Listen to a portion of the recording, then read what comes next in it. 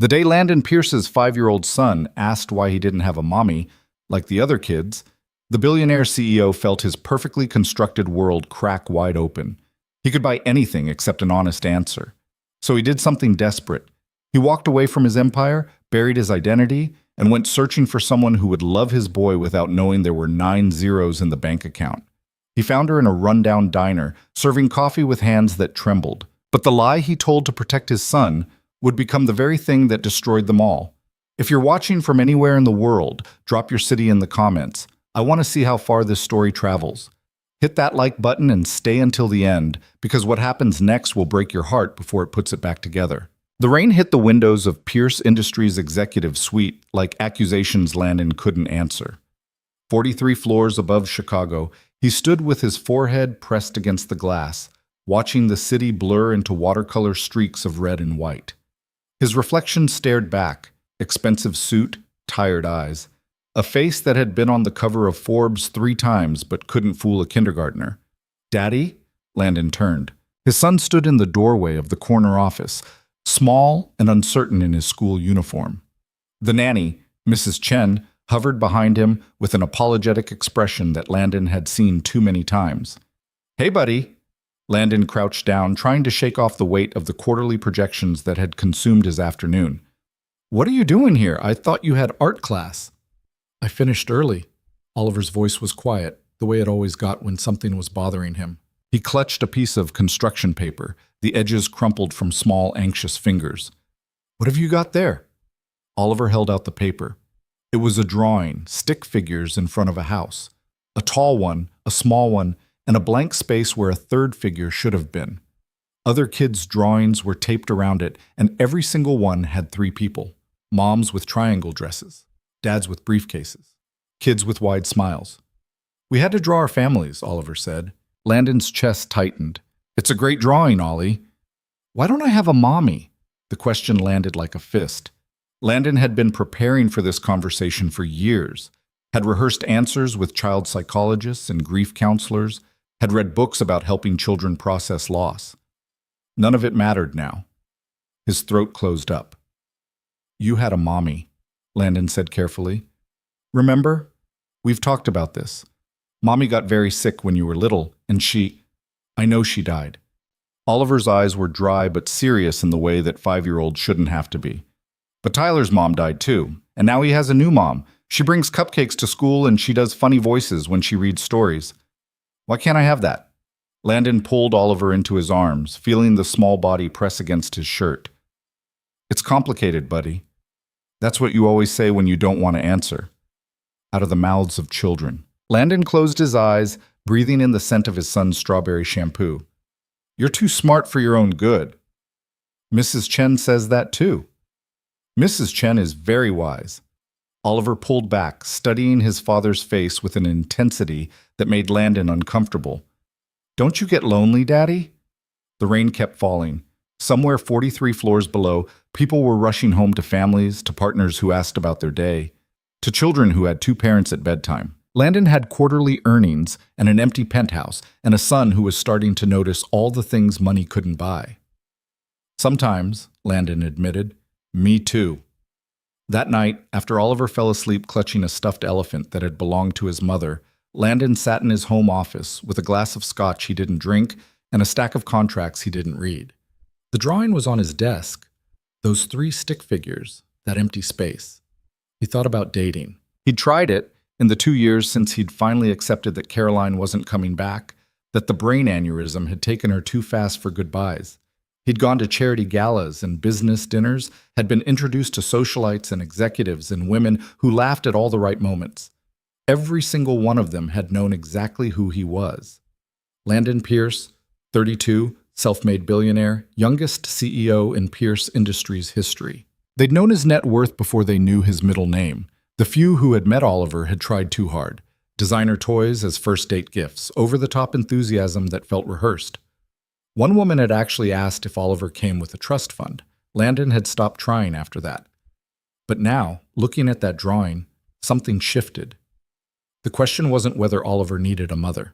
The question was whether Landon could find someone who wanted to be one, not because of the penthouse or the private jet or the stock options, but because they actually gave a damn about a 5-year-old boy who drew pictures with people missing. The idea came to him slowly, like something rising from deep water. What if nobody knew who he was? He turned it over in his mind, testing the edges. It was crazy, impossible, the kind of thing that only worked in movies. But then again, how many people actually knew what Landon Pierce looked like? He'd built his fortune in enterprise software, not consumer tech. His photo had been in business publications, sure, but how many regular people read those? He'd carefully avoided social media, kept his personal life locked down after Caroline died. Most of Chicago knew the Pierce name, but the face? The more he thought about it, the more possible it seemed.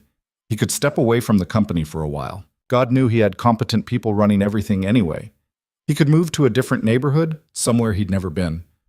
Somewhere nobody would expect a billionaire to set foot. He could dress differently, act differently, be someone ordinary, someone struggling, even. A single dad trying to make ends meet, looking for help, for kindness, for someone who might care about his kid without seeing dollar signs first. It was insane. It was desperate. It was also, Landon realized with a clarity that felt like vertigo, the only way he could ever know for sure.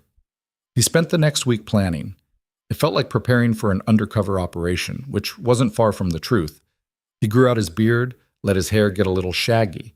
He bought clothes from Target and Walmart, stood in the fluorescent-lit aisles feeling like an anthropologist in a foreign country. Jeans that weren't tailored. T-shirts without designer labels. A jacket with a broken zipper that he didn't immediately replace. He found an apartment in Bridgeport, a working-class neighborhood on the south side where nobody knew him and nobody cared. The building was old, with radiators that clanked and stairs that creaked, and the rent was less than he spent on coffee in a month. He furnished it from thrift stores and Craigslist, bought secondhand everything, created a life that looked like struggle. His CFO thought he was having a breakdown. His lawyers thought he was committing some kind of fraud. His therapist asked a lot of careful questions about grief and coping mechanisms and whether Landon had considered that he might be running from something instead of toward it. "I'm running toward my son having a mother," Landon said. "By lying about who you are? By finding someone who cares about who I actually am." The therapist had made a note. Landon had signed another check. The hardest part was telling Oliver, not the whole truth.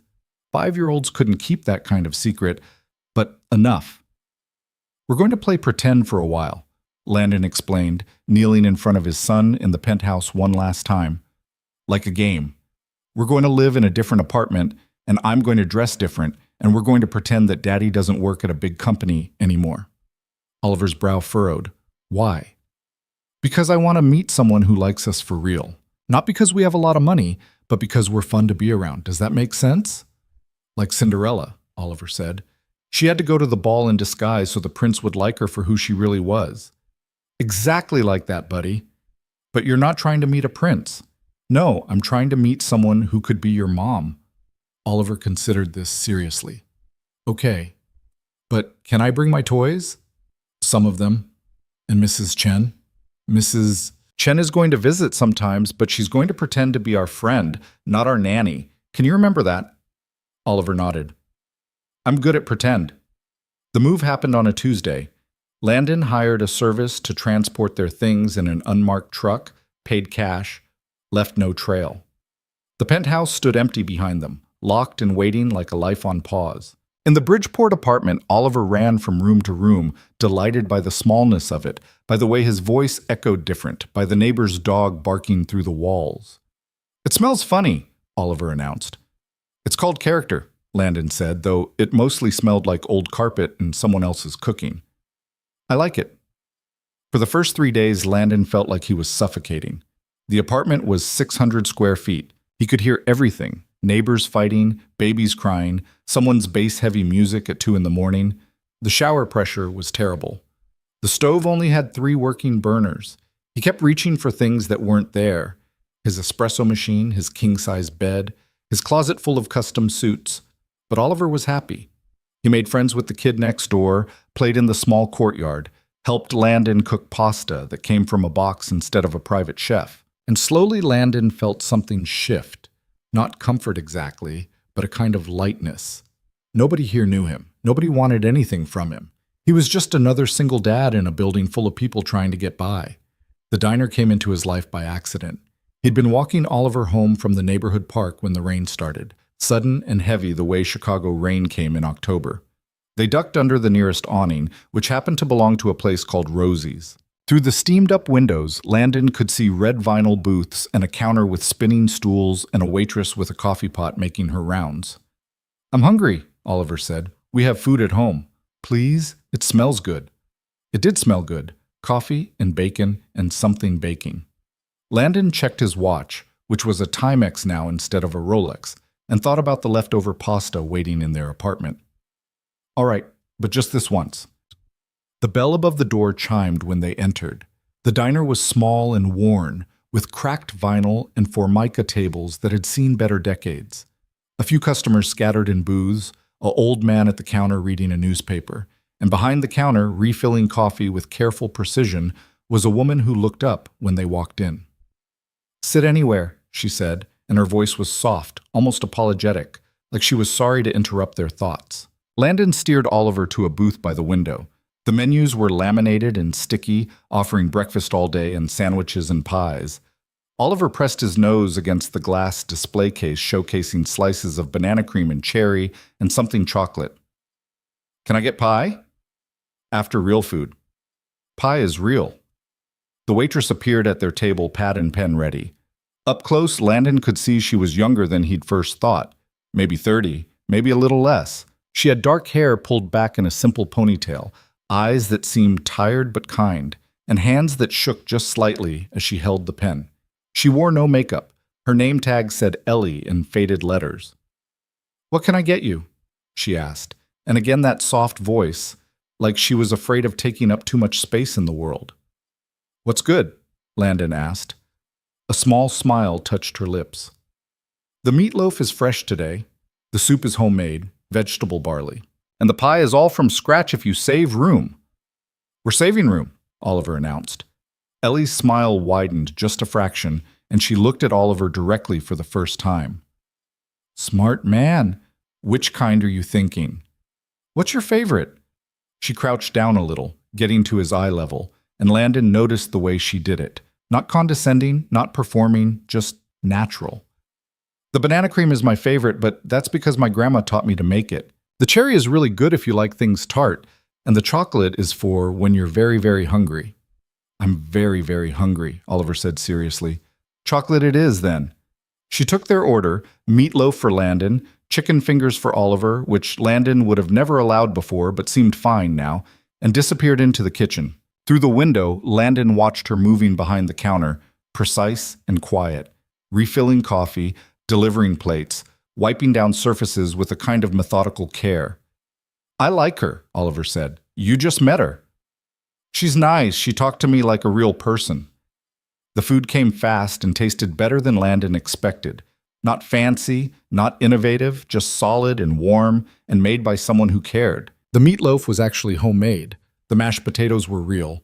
And when Ellie brought Oliver's chocolate pie, she'd added a scoop of vanilla ice cream without being asked. "On the house," she said when Landon tried to protest. "We don't charge extra for making kids smile." Oliver ate his pie with intense concentration, getting chocolate on his nose, and Ellie laughed, a soft, surprise sound, like she didn't do it often. Landon watched her move through the diner, watched the way she remembered how the old man at the counter took his coffee, watched her slip an extra napkin to a woman whose toddler was making a mess, watched her exist in this small space with a quiet grace that felt completely unperformed. When they left, Landon paid cash and left a 20% tip, which was modest for him and generous for here. Ellie's eyes widened slightly when she saw it. "Thank you," she said. "Come back any time." Walking home in the rain, Oliver chattering about the pie, Landon realized he was already planning to. He told himself it was research. He needed to observe, to understand what kind of person Ellie was before making any decisions. So he went back the next day. And the day after that, always at different times, always with different excuses. Coffee in the morning, lunch on a Tuesday, dinner on a Thursday when he didn't feel like cooking. Ellie was always there, quiet and steady, moving through the diner like she was part of its bones. Landon learned things by watching. She arrived before dawn to help with the baking. She knew every regular by name. She carried extra pens because hers always seemed to run out. She wore the same 3 shirts in rotation, all of them a little faded, and her shoes had been resoled at least twice. She was also, Landon noticed, painfully shy. When customers tried to make conversation beyond orders, she'd smile and nod but rarely engage. She kept her eyes down when men looked at her too long. She apologized constantly, for things that weren't her fault, for things that didn't need apologies, for existing in spaces that required her to be seen. But with kids, something changed. A young mother came in one afternoon with a crying baby, frazzled and exhausted, and Ellie brought a warm towel without being asked, offered to hold the baby while the mother ate, sang a soft lullaby that Landon couldn't quite hear, but that made the infant quiet. With Oliver, she always crouched down, always asked real questions, always listened like his 5-year-old observations about dinosaurs and playground politics actually mattered. "Why do we keep coming here?" Oliver asked after the 5th visit. "You don't like it?" "I love it. Ellie's teaching me to fold napkins into swans." "She is?" "She says every good restaurant person should know fancy folding." "Is this a fancy restaurant?"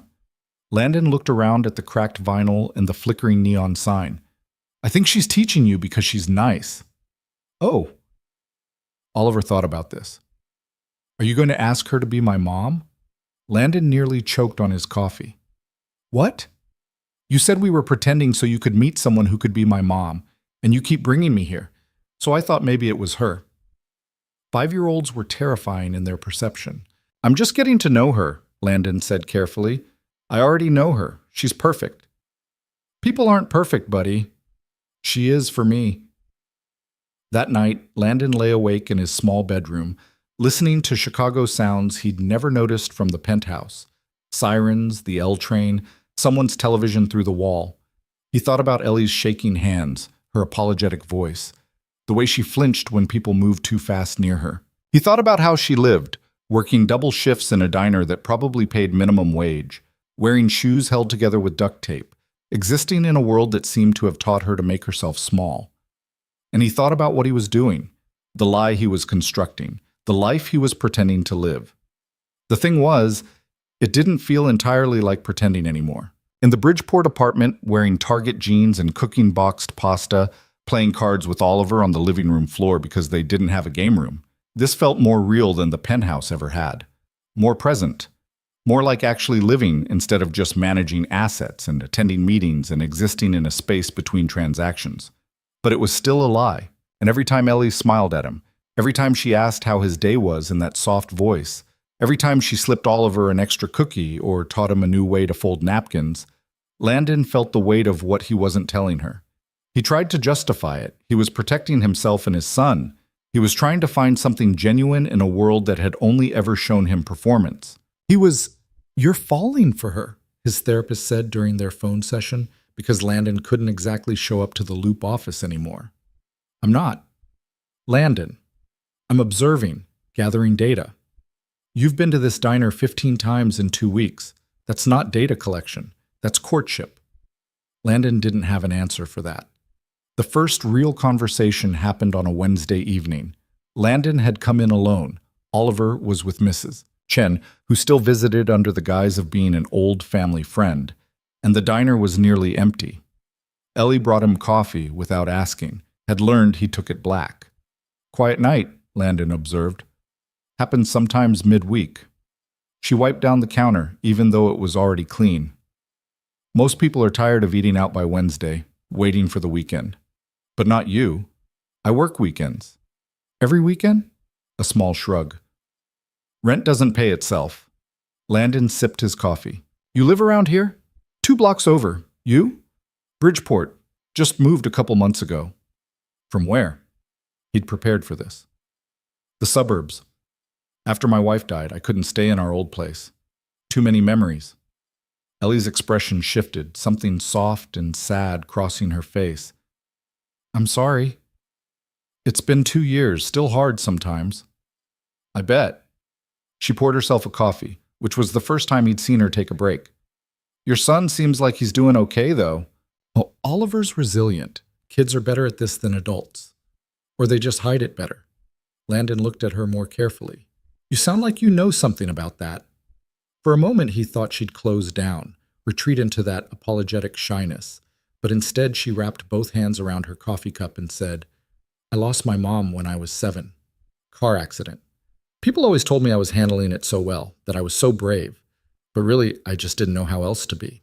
Who raised you? My grandma, she was amazing, worked 3 jobs to keep us afloat, taught me everything I know about cooking, made sure I graduated high school. Ellie's voice had gone even softer, if that was possible. She died 5 years ago. I'm sorry. Yeah. She took a sip of coffee. Me too. They sat in silence for a moment, and it didn't feel awkward. Just 2 people who understood what loss tasted like, sitting in a worn diner while rain started up again outside. "The banana cream pie," Landon said. "You said your grandma taught you." Ellie's face brightened slightly. "Every Sunday." She had this theory that you could tell everything about a person by how they made pie crust. Too much water and you're impatient. Too little and you're afraid of commitment. She said the perfect crust required paying attention and trusting yourself. "What kind of crust do you make?" "Pretty good ones, actually." A real smile now, small but genuine. Grandma would be proud. I'm sure she would be. Ellie looked at him for a long moment, and Landon had the uncomfortable sensation of being seen in a way he hadn't expected. Not as Landon Pierce, billionaire, not as the disguise he was wearing, just as a man sitting in a diner, drinking coffee, talking about loss. "You should bring Oliver by on Sunday," Ellie said. "I'm testing a new recipe. Could use an honest opinion from a pie expert." "He'd love that. What about you?" "I'd love that too." And there it was, the moment when observation became something else. When the plan to find someone suitable became the reality of wanting someone specific. Landon walked home that night through Chicago streets that smelled like rain and fried food and exhaust, and he couldn't shake the feeling that he'd just stepped off a cliff. Sunday came with October sunshine, the kind of day when the city pretended it wasn't about to freeze for 6 months. Landon dressed Oliver in his nicest clothes, which were still thrift store jeans and a striped shirt, but clean at least, and they walked to Rosie's together. Ellie had saved them a booth.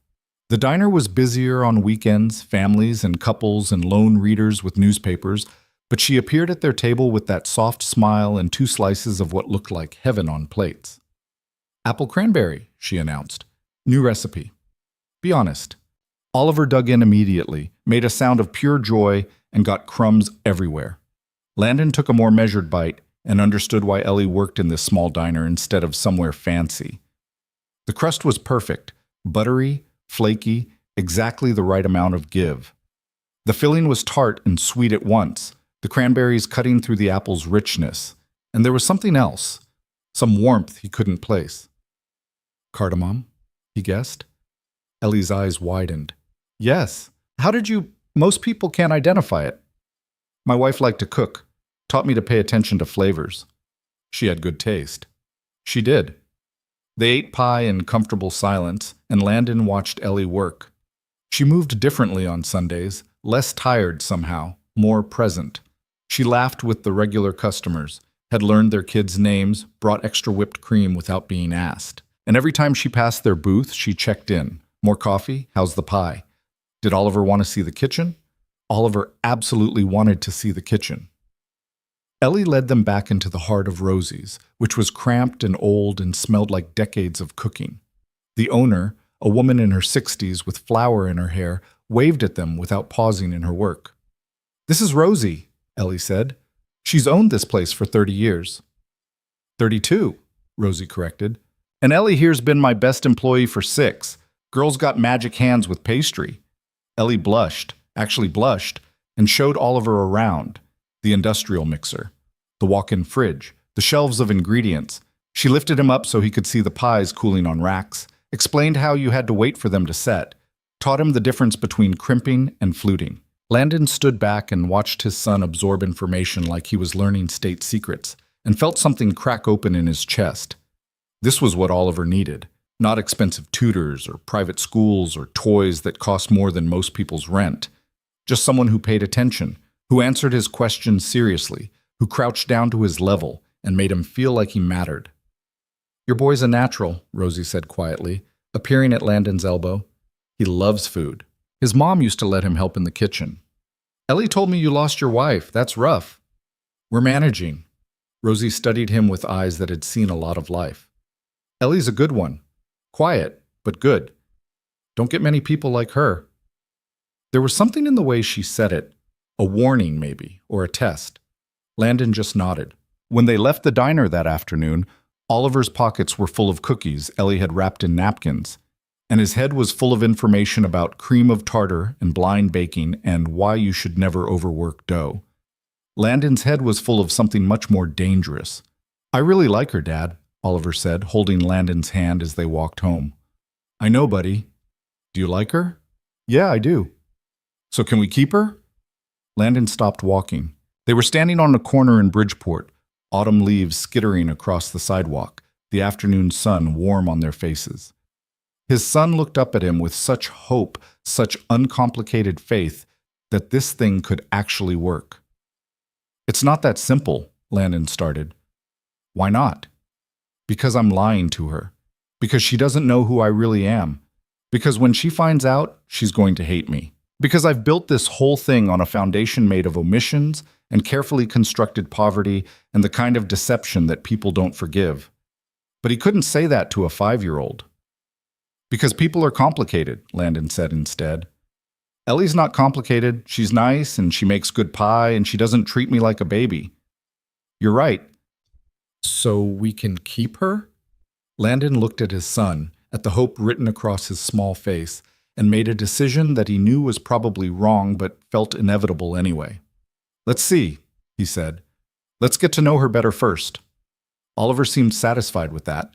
Landon was satisfied with nothing, but the momentum had already started, the wheels were already turning, and stopping now felt impossible. Over the next weeks, they fell into a rhythm. Landon and Oliver would show up at Rosie's 3-4 times a week. Sometimes they'd eat, sometimes just have pie and coffee. Sometimes they'd arrive near closing and help Ellie wipe down tables and stack chairs. Landon learned that she took the bus to work because she didn't have a car. He learned that she'd been trying to save money for culinary school but kept having to dip into her savings for emergencies. A broken tooth, a sick landlord who raised the rent, her nephew's medical bills. He learned that she was funny in a quiet way, that she noticed everything about people, that she remembered small details like how Oliver liked his grilled cheese cut in triangles and that Landon rubbed his left shoulder when he was tired. And slowly, so slowly Landon almost didn't notice it happening, she started to relax around them. Her voice got a little louder. Her smiles came easier. She started sharing stories about her grandmother's terrible singing voice, about the time she accidentally made a pie with salt instead of sugar, about her dream of maybe one day having her own small restaurant where she could cook the food she actually wanted to make. What kind of food is that? Landon asked one evening when the diner was empty and Ellie was teaching Oliver to make whipped cream by hand. Comfort food but elevated, like really good meatloaf with red wine gravy, mac and cheese with Gruyere and fresh thyme, pot roast that's been braising all day. She shrugged, embarrassed. I know it's not fancy. It sounds perfect. My grandma always said the best food is the kind that makes people feel cared for. I want to make people feel that way. She already did, Landon thought. Every time she brought someone coffee, every time she remembered how they took it, every time she slipped extra bacon to a regular or saved the corner piece of pie for someone who liked the crust-to-filling ratio just so. She was already making people feel cared for. She just couldn't see it. You'd be amazing, Landon said, and meant it. Ellie looked at him with something like surprise, like she wasn't used to being told she was capable of amazing things. That night, walking home with Oliver half asleep on his shoulder, Landon made a phone call to his CFO. I need you to do something, he said, quietly. How quietly? Completely anonymous, no trace back to me. What are we talking about? There's a woman. She's trying to save for culinary school, but she's never going to get there at the rate she's going. I want to set up a scholarship, anonymous donor, legitimate foundation, the whole thing. Can you make that happen? Silence on the other end of the line. Then, Landon, what are you doing? Something good for once. By lying to her. By helping her. Does she know who you really are? Landon didn't answer. Jesus Christ, you're in deep, aren't you? Just set up the scholarship. And when she finds out? When this all blows up in your face? It won't. But even as he said it, Landon knew he was lying to himself now too. This couldn't last. Sooner or later, something would slip. Someone would recognize him. The truth would come out. And when it did, he looked down at Oliver, asleep and trusting, and then thought about Ellie's soft smile, her shaking hands, the way she'd started to bloom around them like a flower that had finally found the right light. When the truth came out, it was going to destroy everything. But that was a problem for later. Right now, walking through Chicago with his son sleeping on his shoulder and autumn in the air, Landon let himself believe in the lie a little longer. The scholarship letter arrived at Rosie's on a Tuesday morning in early November, delivered by courier to Ellie Harper, and Landon watched from his usual booth as she opened it with shaking hands. He'd been careful. The foundation was real. He'd had his lawyers set it up weeks ago under a name that couldn't be traced back to Pierce Industries. The Julia Morgan Culinary Education Fund named after an architect because Landon figured cooking and building weren't that different. Both required vision and precision, and the ability to create something from nothing. The selection committee was legitimate, made up of retired chefs and restaurant owners who had no idea one of the anonymous donors was sitting in a Bridgeport diner watching a waitress read the letter that would change her life. Ellie's face went pale, then pink, then pale again. She read the letter twice, then a third time, her lips moving silently over the words. When she looked up, her eyes were wet. "I got in," she said to Rosie, who was refilling the coffee station. "I got the scholarship." "What scholarship?" Rosie came over, wiping her hands on her apron. "I applied months ago. I didn't think... There's this culinary program at the community college. It's not fancy, but it's good. And I applied for this scholarship, but there were probably hundreds of applicants, and I never thought..." Ellie's words tumbled over each other, her usual quiet voice rising with something Landon realized was hope. "It's full tuition, books, supplies, everything. I start in January." Rosie pulled Ellie into a hug that looked like it might crack ribs. "About damn time something good happened to you." Landon felt Oliver tug on his sleeve. "Did you do that?" his son whispered. "Shh. Dad, not now, buddy." But Oliver was looking at him with those two knowing eyes, and Landon realized his son had figured it out. 5 years old and already understanding that sometimes love meant doing things in secret, meant being the answer to prayers you weren't supposed to hear. Ellie came over to their booth, the letter still clutched in her hand, and she was crying now, not even trying to hide it. "I'm sorry," she said, laughing and crying at the same time. "I'm a mess. This is the best thing that's happened to me in so long." "Don't apologize," Landon said. "This is amazing. You deserve it." "I didn't even think they'd read my application. I wrote it at 3 a.m. after a double shift, and my essay was probably terrible, and..." "They read it," Landon said, "and they saw what I see. Someone who cares about food, who cares about people, who's going to be incredible at this." Ellie wiped her eyes with the back of her hand, smearing mascara she probably didn't remember putting on. "Thank you for saying that. She gestured vaguely at the booth, at the diner, at the weeks of them showing up and eating her pie and listening to her talk about her grandmother's recipes. "For making me feel like maybe I'm not crazy for wanting this." Oliver slid out of the booth and hugged her around the waist, fierce and sudden. Ellie looked startled for a moment. Then her expression softened and she hugged him back, one hand on his head, and Landon watched them and felt like he was standing on the edge of something vast and terrifying. "You're going to be the best chef," Oliver said, his voice muffled against her apron. "The very best," Ellie agreed. That night, Rosie threw an impromptu celebration at the diner after closing. She invited the regulars, made a cake that said, "Congratulations, Chef Ellie," in shaky frosting letters, and someone brought champagne that was probably too cheap but tasted like victory anyway. Ellie laughed more than Landon had ever seen, her cheeks pink, her guard completely down, and when she caught his eye across the room, she mouthed, "Thank you," even though she had no idea what she was thanking him for. Landon raised his plastic cup in a silent toast and tried not to think about the fact that he was celebrating a lie. The weeks that followed had a dreamlike quality, time moving both too fast and too slow. Ellie gave her notice at Rosie's. She'd keep working part-time once classes started, but she needed to cut back to focus on school. She started buying textbooks from the used bookstore, stayed up late reading about mother sauces and knife skills, and the Maillard reaction. She showed Landon her highlighted pages like they were treasure maps, her excitement so pure it hurt to witness. and she spent more time with Oliver. It happened gradually, so naturally that Landon almost didn't notice the shift. She started sitting with them during her breaks instead of just taking their orders. She taught Oliver to make simple things: scrambled eggs, grilled cheese, chocolate chip cookies from her grandmother's recipe that required creaming butter and sugar by hand. She asked about his day at school, his friends, his favorite books, and she listened to his answers like they mattered. "Miss Ellie is nice," Oliver said one evening as Landon was tucking him in. "I like her a lot." "I know you do."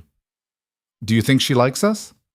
Landon thought about the way Ellie smiled when they walked into the diner, the way she saved them the booth by the window, the way she'd started calling them her boys when she talked to Rosie. "Yeah, buddy, I think she does." "Good." Oliver yawned, clutching his stuffed elephant.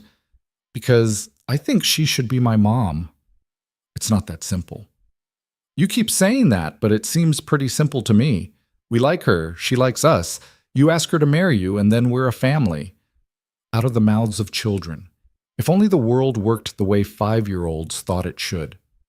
"We'll see," Landon said, which was what adults said when they meant probably not, but I don't want to break your heart yet. Oliver seemed to sense this. "You're scared." "Of what?" "That she won't like you if she knows the truth." Landon froze.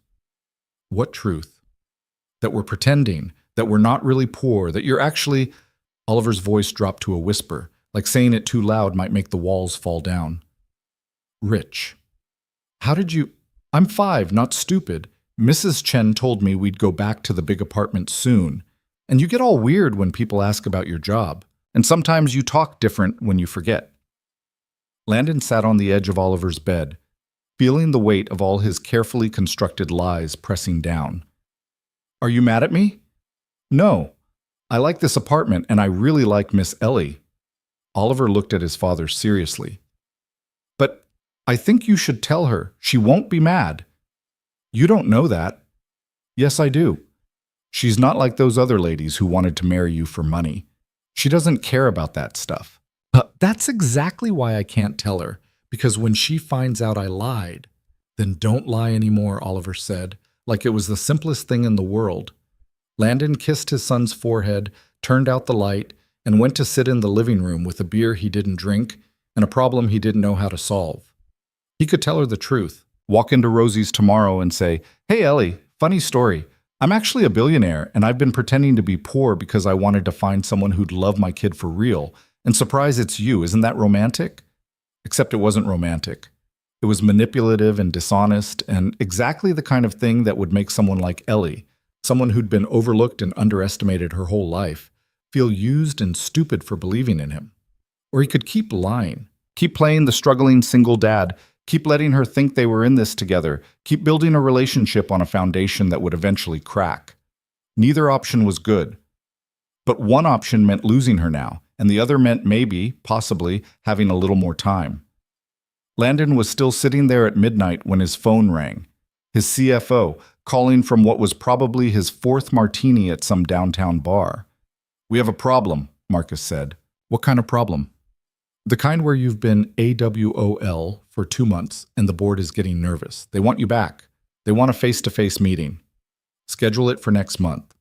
They want it next week, Tuesday, non-negotiable." Landon closed his eyes. Tuesday was when Ellie started her culinary classes. She'd asked if he and Oliver wanted to come to the community college afterward, see where she'd be spending her time, maybe grab dinner to celebrate her first day. "I can't do Tuesday." "You don't have a choice. Landon, you own 40% of this company, but the board still has power and they're starting to ask questions about your mental state. You missed this meeting. They're going to call for a vote of no confidence. Let them vote. Are you insane? You built this company from nothing. You're going to throw it away for, what? A woman you're lying to? A fake life in a shitty apartment? Watch it." Marcus sighed and Landon could hear ice clinking in a glass. "I'm sorry, that was out of line. But seriously, man, what's the end game here?" Landon didn't have an answer. The meeting was scheduled for Tuesday at 10 in the morning, which meant Landon could theoretically make it back to Bridgeport in time to meet Ellie after her class. He told Oliver they'd have to skip breakfast at Rosie's that day, which earned him a disappointed look but no argument. What he didn't anticipate was running into James Carmichael in the lobby of Pierce Industries. James was a board member, old money, the kind of guy who wore bow ties unironically and thought disruption was something that happened to other people's industries. He was also someone who'd been to Landon's house for dinner parties back when Caroline was alive, who knew what Landon looked like in a tuxedo instead of Target jeans. Landon saw him too late. He'd been focused on getting to the elevator, on making this meeting quick so he could get back to Bridgeport, and he didn't notice James until the man was already turning around. Their eyes met. James's expression went from polite neutrality to confusion to recognition in about 3 seconds. "Landon? James, good to see you. My word, what happened to you? You look like you've been living under a bridge." Landon had forgotten how the beard and the longer hair and the clothes that didn't cost more than dinner would make him look to these people. Taking some personal time. Personal time. James looked him up and down like he was a specimen in a lab. "Is this some kind of breakdown? Should I be calling someone?" "I'm fine." "You don't look fine. You look like you've joined a cult." The elevator arrived. Landon stepped in, hoping James wouldn't follow. James followed. "The board's worried about you," James said as the doors closed. "You disappear for months. You're unreachable except by phone, and now you show up looking like, well, like this." "I needed space." "Space from what? Your responsibilities? Your company?" "From people who think they own me because I'm successful." James had the decency to look slightly embarrassed. "No one thinks they own you, but you have obligations, and I'm meeting them." The elevator climbed. James studied Landon in the mirrored walls. "There's a woman, isn't there?" "Excuse me?" "This is about a woman. It's always about a woman." "What? Did you meet some gold digger who's got you thinking you need to prove you're an everyman?" Landon's hands clenched. "Don't." "I'm right, aren't I?" "Who is she?" "Some social climber who—" "She doesn't know who I am," Landon said quietly. "She thinks I'm nobody, and she likes me anyway." James blinked. "You're not serious." "Completely serious." "You're pretending to be poor?" "Landon, that's insane. That's fraud, practically." "It's my life. It's a lie. And when she finds out, because she will find out, she's going to hate you for it." The elevator reached the 43rd floor. Landon stepped out without answering because James was right, and they both knew it.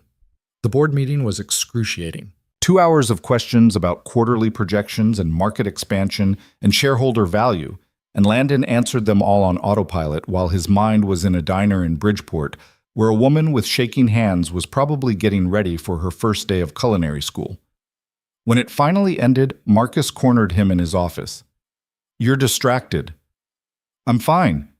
"You're not fine. You're—" Marcus stopped, studying Landon's face. "You're in love with her." Landon didn't deny it. "Does she know?" "About my feelings or about who I am?" "Both." "Neither." Marcus sat down heavily in one of the leather chairs that probably cost more than Ellie made in a month. "This is going to blow up spectacularly." "I know." "So why not just tell her? Rip the Band-Aid off, deal with the fallout." "Because I'm selfish," Landon said. "Because I want a little more time. Because every day I spend with her and Oliver feels more real than anything I've done in the last 10 years. And I'm not ready to give that up yet." "And when you don't have a choice?" Landon looked out the window at Chicago spread below him, 43 floors of distance between his real life and the one he'd built in Bridgeport. "Then I'll lose everything." He made it to the community college by 3, which was when Ellie's first class ended. He changed in his office bathroom, traded the suit for jeans and a hoodie, scrubbed away the polish that came from spending hours in boardrooms. By the time he reached the campus, he almost looked like the person Ellie thought he was. She was waiting outside the culinary building with Oliver, who must have convinced Mrs. Chen to bring him early. Ellie's face was flushed with excitement, her eyes bright, and she was talking rapidly about knife techniques and the difference between a brunoise and a julienne cut. "It was amazing," she said as Landon approached. "The instructor is this woman who trained in France, and she's terrifying but incredible. And we learned about mise en place, and she said I have good instincts, and—" She stopped, seeming to realize she was talking too fast. "Sorry, I'm babbling." "Don't apologize," Landon said. I love hearing you excited about something. Ellie smiled, and Oliver grabbed her hand, and they walked across campus together like they were already a family. Students passed them with backpacks and headphones. Couples kissed on benches. Someone was playing guitar near the student center. It was so normal, so mundane, and Landon felt like he was watching it all through glass. "Can we show Dad your classroom?" Oliver asked. "If it's not locked?" The classroom wasn't locked. It was industrial and clean, with stainless steel counters and professional-grade stoves and enough knives to make Landon nervous. Ellie showed him her station, explained the layout, pointed out the walk-in fridge and the storage for spices and the shelves of cookbooks that students could borrow. "I'm going to learn everything," she said, running her hand over one of the counters. "Every technique, every sauce, every way to make food that matters." "You already make food that matters." "You know what I mean. I want to be really, really good. I want to make my grandma proud." Oliver had wandered off to look at the knives, leaving Landon and Ellie standing close together in the empty classroom. The afternoon light came through the high windows, turning everything golden, and Ellie looked at him with such open happiness that Landon felt like he'd been punched. "Thank you," she said softly. "For what?" "For believing in me. For bringing Oliver here to meet me. For," she gestured vaguely, "for showing up. No one really shows up for me except Rosie, and even she's busy most of the time. But you're always there. You and Oliver, like you care." "We do care." "I care about you too." Ellie said it quickly, like she was afraid she'd lose her nerve. "Both of you. I know it's only been a couple months, and that's probably too fast, and I should be more careful, but I really, really care about you." Landon should have stopped her right there. Should have said, "Wait, before this goes any further, there's something you need to know." Should have been honest. Instead, he said, "I care about you too." Ellie's smile could have lit the whole building. "Yeah? Yeah. So we're, what, dating?" "If you want to be." "I want to be." And then she kissed him, just a soft press of her lips against his, tentative and sweet and tasting slightly of the vanilla chapstick she kept in her apron pocket. Landon kissed her back, gentle and careful, aware of Oliver somewhere behind them probably watching, aware that this was the moment where everything became infinitely more complicated. When they pulled apart, Ellie was blushing. "Sorry, was that too forward?" "That was perfect." Oliver chose that moment to announce he'd found a knife that was as big as a sword, and could he have one for home, which broke the tension and made them all laugh. They left the culinary building as the sun was setting, painting the campus in shades of orange and red, and Landon held Ellie's hand and felt like he was simultaneously winning and losing everything. Dinner was at a pizza place near the campus, the kind with checkered tablecloths and a jukebox playing Motown.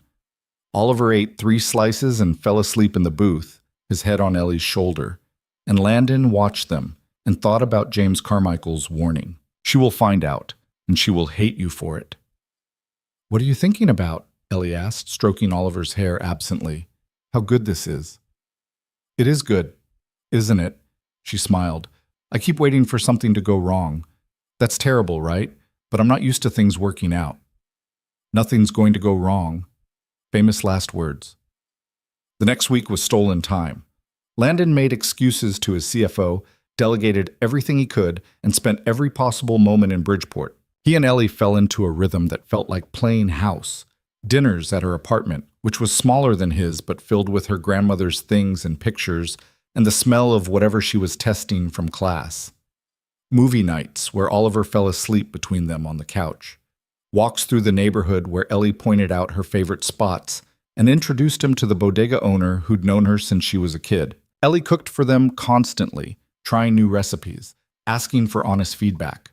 She made coq au vin and beef bourguignon and a cassoulet that took 2 days and made the whole building smell like heaven. She taught Oliver to make fresh pasta, the two of them covered in flour, laughing when the dough wouldn't cooperate. She brought them leftovers from Rosie's and showed Landon how to properly sear a steak and explained the science of emulsification while making hollandaise. She was brilliant and passionate and completely in her element, and Landon fell harder with every burned dinner and perfectly risen soufflé. But the lie sat between them like a landmine. Landon almost told her a dozen times. When she asked about his childhood, and he had to edit out the boarding schools and country clubs. When she mentioned money problems, and he had to bite his tongue to keep from offering to solve them. When Oliver almost called Mrs. Chenna my nanny instead of Dad's friend, and Landon had to redirect the conversation.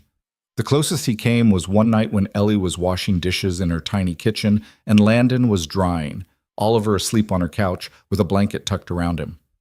"Can I ask you something?" Ellie said. "Anything." "What did you do? Before? When your wife was alive?" Landon's hand stilled on the dish he was drying. "Why do you ask?" "I don't know. You just seem... You know things. About wine and art... art and places I've never been. And sometimes you talk like someone who had money once. This was it. The opening. The chance to come clean." "I worked in tech," Landon said, which was true. Made decent money for a while. "What happened?" "After Caroline died, I couldn't do it anymore. Couldn't focus, couldn't care about code and products and quarterly earnings when my kid was asking why his mom wasn't coming home." Also true, mostly. "So I walked away." Ellie put down the dish she was washing and turned to face him, her hands still wet. "That must have been really hard." "It was the right choice." "Do you miss it? The money?" "No," Landon said and meant it. "I miss Caroline. But the money? The career? That all feels like someone else's life." Ellie studied his face like she was looking for cracks in the story. Landon held still and tried not to blink. Finally, she said, "I'm glad you walked away. Because if you hadn't, you wouldn't have ended up at Rosie's. Best decision I ever made." She kissed him then, right there in her tiny kitchen, with dish soap on her hands and her hair falling out of its ponytail. And Landon kissed her back and hated himself for being too much of a coward to tell the truth. The bomb dropped on a Friday in late November, 3 weeks before Christmas, and 2 months after Landon had first walked into Rosie's diner. Ellie had mentioned a cooking competition being held downtown, the Chicago Home Chef Challenge, an annual event where amateur cooks competed for a prize package that included cash, kitchen equipment, and a feature in a local food magazine. She'd been wanting to enter for years but had never had the confidence or the entry fee. "You should do it," Landon had said. "The entry fee is $300. I don't have that kind of money lying around. What if you did?" "Then I'd spend it on something practical, like my nephew's asthma medication or the leak in my bathroom ceiling." Landon had made a note. $300 was nothing to him, less than nothing. He spent more than that on coffee in a month back when he was living the penthouse life. But to Ellie, it was groceries for 2 months, a car repair she'd been putting off, a cushion against the constant anxiety of living paycheck to paycheck. So he'd done what he was getting too good at. He'd fixed it secretly. He'd had Marcus wire money to the competition's scholarship fund with instructions that it be used to waive entry fees for qualified applicants who showed financial need. He'd made sure Ellie's name was at the top of the list. He'd arranged for a package of professional cooking equipment to be donated to participants who made it past the first round. It was all anonymous, all untraceable, all completely dishonest. The letter came to Rosie's again, and Landon watched Ellie open it with the same mix of pride and guilt he'd felt with the culinary school scholarship. "I got in," Ellie said, her voice shaking. "They waived the fee. They said I was selected for their financial assistance program because of my essay and my background and..." She looked at Landon with wet eyes. "I'm going to compete. I'm actually going to do this." Rosie whooped. Oliver cheered. Landon smiled and ignored the sick feeling in his stomach. The competition was scheduled for a Saturday in mid-December. Ellie spent every spare moment practicing, testing recipes, asking Landon and Oliver to taste everything and be brutally honest. She'd decided to make her grandmother's banana cream pie and a savory dish she was still perfecting, some kind of short rib situation that required braising and reduction and precision timing. "You're going to win," Oliver said confidently. "There's going to be like 50 other people, buddy. You're still going to win." She didn't win. She came in third, which was better than anyone expected and earned her a feature in the magazine and a set of professional knives that made her cry when she opened the box. The winner was a retired chef who'd been cooking for 40 years. The second-place finisher had trained at Le Cordon Bleu, but Ellie had held her own. She'd stood in front of judges and presented her food with confidence Landon had never seen from her before. She talked about her grandmother's legacy and her own dreams and what cooking meant to her, and she hadn't apologized once. Afterward, there was a small reception for all the participants. Punch and cookies, people mingling and congratulating each other, a photographer from the magazine taking pictures. Ellie was glowing, accepting compliments from other competitors, showing Oliver her knives, talking to Landon about what she'd learned and what she'd do differently next time. Landon was watching her, feeling something dangerously close to contentment, when someone called his name. Not "Hey you," or "Excuse me," or any generic greeting. Landon Pierce? He turned.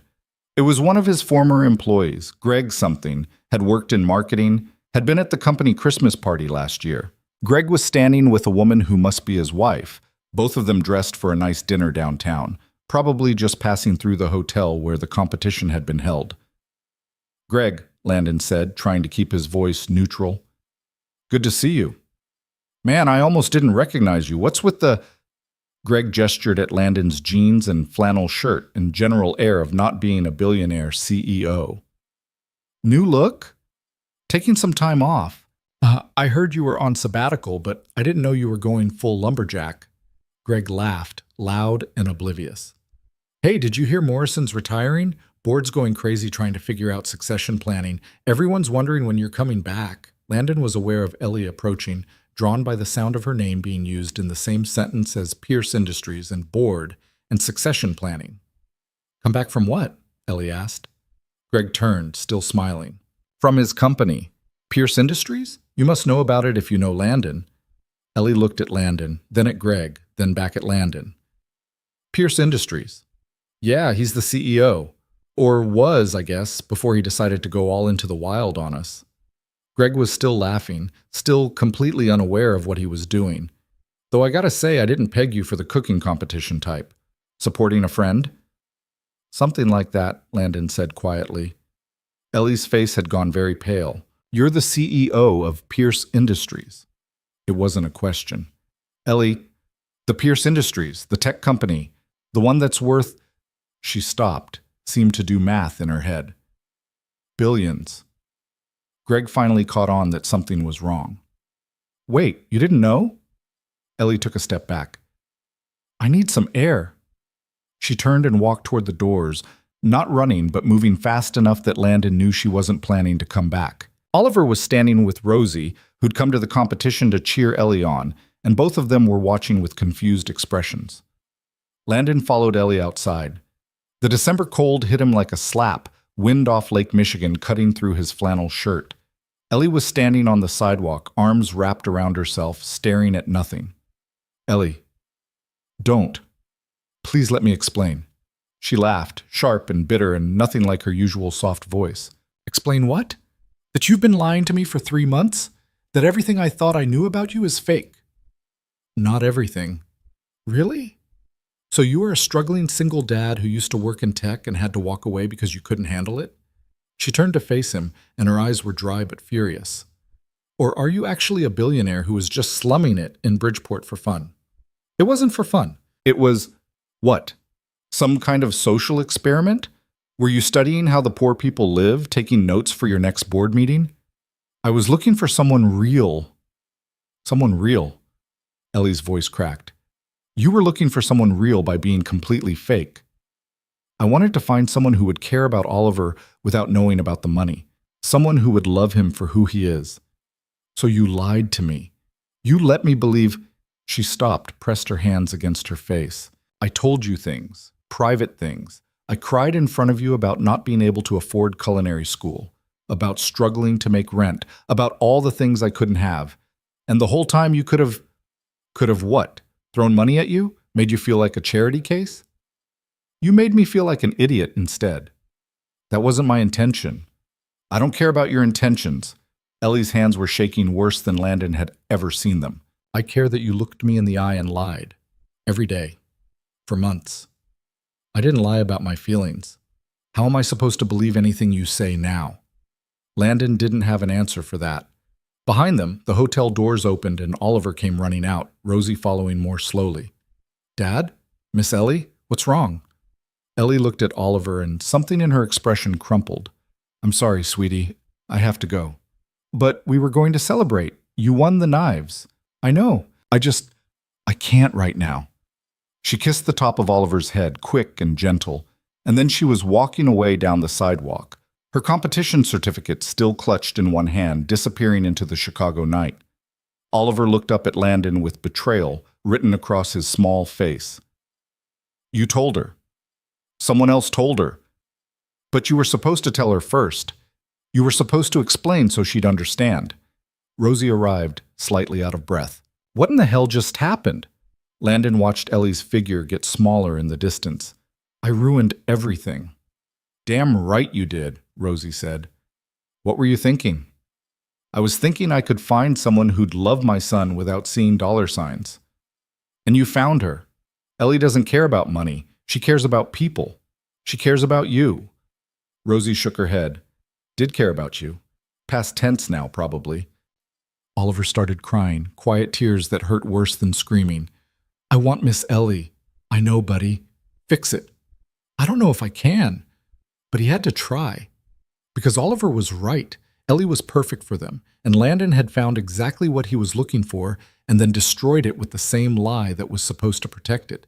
He just had no idea how to put it back together. The Bridgeport apartment felt like a tomb. Landon stood in the living room where he'd played cards with Oliver on the floor, where they'd eaten pizza straight from the box, where Ellie had taught his son to fold napkins into swans. Now it just felt empty, all the lightness sucked out of it, leaving behind the truth that this had always been temporary. A set piece. A lie with furniture. Oliver hadn't spoken to him since they'd gotten home. He'd gone straight to his room, shut the door, and Landon could hear him crying through the thin walls. Mrs. Chen had arrived within the hour. Landon had called her from the street outside the hotel, and she'd tried to comfort Oliver, but even she looked at Landon with something like disappointment. What were you thinking? She asked, standing in the doorway of the apartment like she wasn't sure she should come all the way in. I was thinking I could protect him. From what? From having a mother who actually cared about him? Mrs. Chen shook her head. That girl loved him, loved both of you, and you threw it away. I didn't throw anything away. Someone else. Don't. Her voice was sharp. Don't blame this on Greg or whoever recognized you. This was always going to happen. You built a house on sand and you're surprised it fell down. She was right.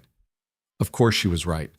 Landon had known from the beginning that this would end badly. He'd just convinced himself he could control the timing, manage the fallout, somehow make Ellie understand that the lie was necessary because the truth would have ruined everything before it started. Except the lie had ruined everything anyway. Mrs. Chen went to check on Oliver, and Landon stood alone in his fake living room and called Marcus. It's over, he said when his CFO picked up. What's over? The experiment. The disguise. All of it. She knows. There was a pause. Then, how'd she take it? How do you think? Yeah, Marcus sighed. I'm sorry, man. I really am. What are you going to do? I don't know. You could try apologizing. I did. She didn't want to hear it. Give her time then. Let her cool off, process it. Maybe she won't. Landon sat down on the second-hand couch that had seemed charming 3 months ago and now just seemed sad. You didn't see her face. She looked at me like I was a stranger, like everything we had was poison. Was it? What? Was it poison, or was some of it real? Landon thought about Ellie laughing at Oliver's dinosaur impressions, Ellie teaching them to make fresh pasta, flour in her hair, Ellie kissing him in the culinary classroom with the sunset coming through the windows. It felt real. Then maybe there's still something to save. I don't think so. But the next morning, Landon went to Rosie's anyway. He showed up at 6 when he knew Ellie would be there for the breakfast shift, before the diner got crowded, when maybe he could talk to her without an audience. He'd rehearsed what to say all night, had written and discarded a dozen different speeches, had finally settled on just being honest and hoping that counted for something. Ellie was behind the counter when he walked in, and she went rigid the moment she saw him. We're not doing this here, she said. I just want to talk. I don't care what you want. Rosie emerged from the kitchen, took one look at the situation, and jerked her head toward the back. Office, now, both of you. Rosie's office was barely bigger than a closet, crammed with filing cabinets and invoices and a desk covered in papers. She pointed at 2 folding chairs and said, "Sit." They sat. Rosie stood with her arms crossed, looking between them like a referee. "All right, Ellie, he's an ass. We've established that. But he's also clearly miserable. And you're clearly miserable. And I'm tired of watching 2 people who care about each other suffer because they're both too stubborn to actually talk. So talk." "There's nothing to say," Ellie said. "Bull. There's plenty to say." Rosie looked at Landon. "You first. Explain yourself." Landon took a breath. 2 years ago, my wife died. Brain aneurysm, no warning. One day she was there and the next she wasn't. And Oliver was 3, and he didn't understand why Mommy wasn't coming home. And I didn't know how to help him because I was barely holding it together myself. Ellie's expression didn't soften, but she didn't interrupt either. I tried to move on, tried dating, but every woman I met knew who I was before they knew anything else about me. They knew the money, the company, the lifestyle, and some of them were interested in Oliver, but it always felt, Landon searched for the right word, transactional, like they were auditioning for a role instead of actually caring about a kid who needed a mom. "So you decided to lie about who you were," Ellie said flatly. "I decided to find out if someone could care about us without all the other noise. I wanted to know if there was someone out there who would love Oliver for who he is, not for what he comes with. And you found that person. Congratulations. Must be nice to know your experiment worked." The bitterness in her voice cut deep. It wasn't an experiment, or it started that way, but it became, "What? Real?" Ellie laughed, sharp and humorless. "Nothing about this was real. You were playing dress up, pretending to struggle while I actually struggled. Do you know how that feels? To have told you about being unable to afford things, about worrying about rent and medical bills and whether I'd ever be able to go to culinary school, and the whole time you could have solved all of it with pocket change. Would you have wanted me to? That's not the point. It is the point. If I'd shown up as Landon Pierce, billionaire, and offered to pay for your school, what would you have said?" Ellie opened her mouth, closed it, opened it again. "I would have said no." "Exactly. You would have seen it as charity, as pity. You would have felt like I was trying to buy you. Instead, you just lied to me for 3 months. So much better." Rosie held up a hand. "Ellie, let him finish." Ellie crossed her arms but stayed quiet. Landon continued, "I know I should have told you sooner. I knew it the whole time. Every day I didn't tell you. It got harder, because every day I fell more in love with you, and the idea of losing you became unbearable. So I kept putting it off, kept telling myself I'd find the right moment, and then there was no right moment because they'd all passed." "You love me," Ellie said, and her voice shook slightly. "Yes." "How am I supposed to believe that?" "I don't know, but it's true. I love that you remember how customers take their coffee. I love that you make pie the way your grandmother taught you. I love that you treat Oliver like he's the most important person in the room. I love your shaking hands and your quiet voice and the way you apologize for things that aren't your fault." Landon's throat was tight. "I love you, and I ruined everything because I was too much of a coward to be honest." Silence filled the tiny office. Rosie looked between them, then quietly slipped out, closing the door behind her. Ellie wiped at her eyes angrily. "You don't get to make me cry." "I'm sorry." "Stop apologizing. It doesn't fix anything." "I know." She stood up, paced the 3 steps the office allowed, turned back. "The scholarship, the competition fee. Those were you, weren't they?" It wasn't a question, but Landon nodded anyway. "So even the good things were lies." "They weren't lies. You earned that scholarship. You deserved to be in that competition. I just removed obstacles. Without asking me. Without giving me a choice. Because you would have said no."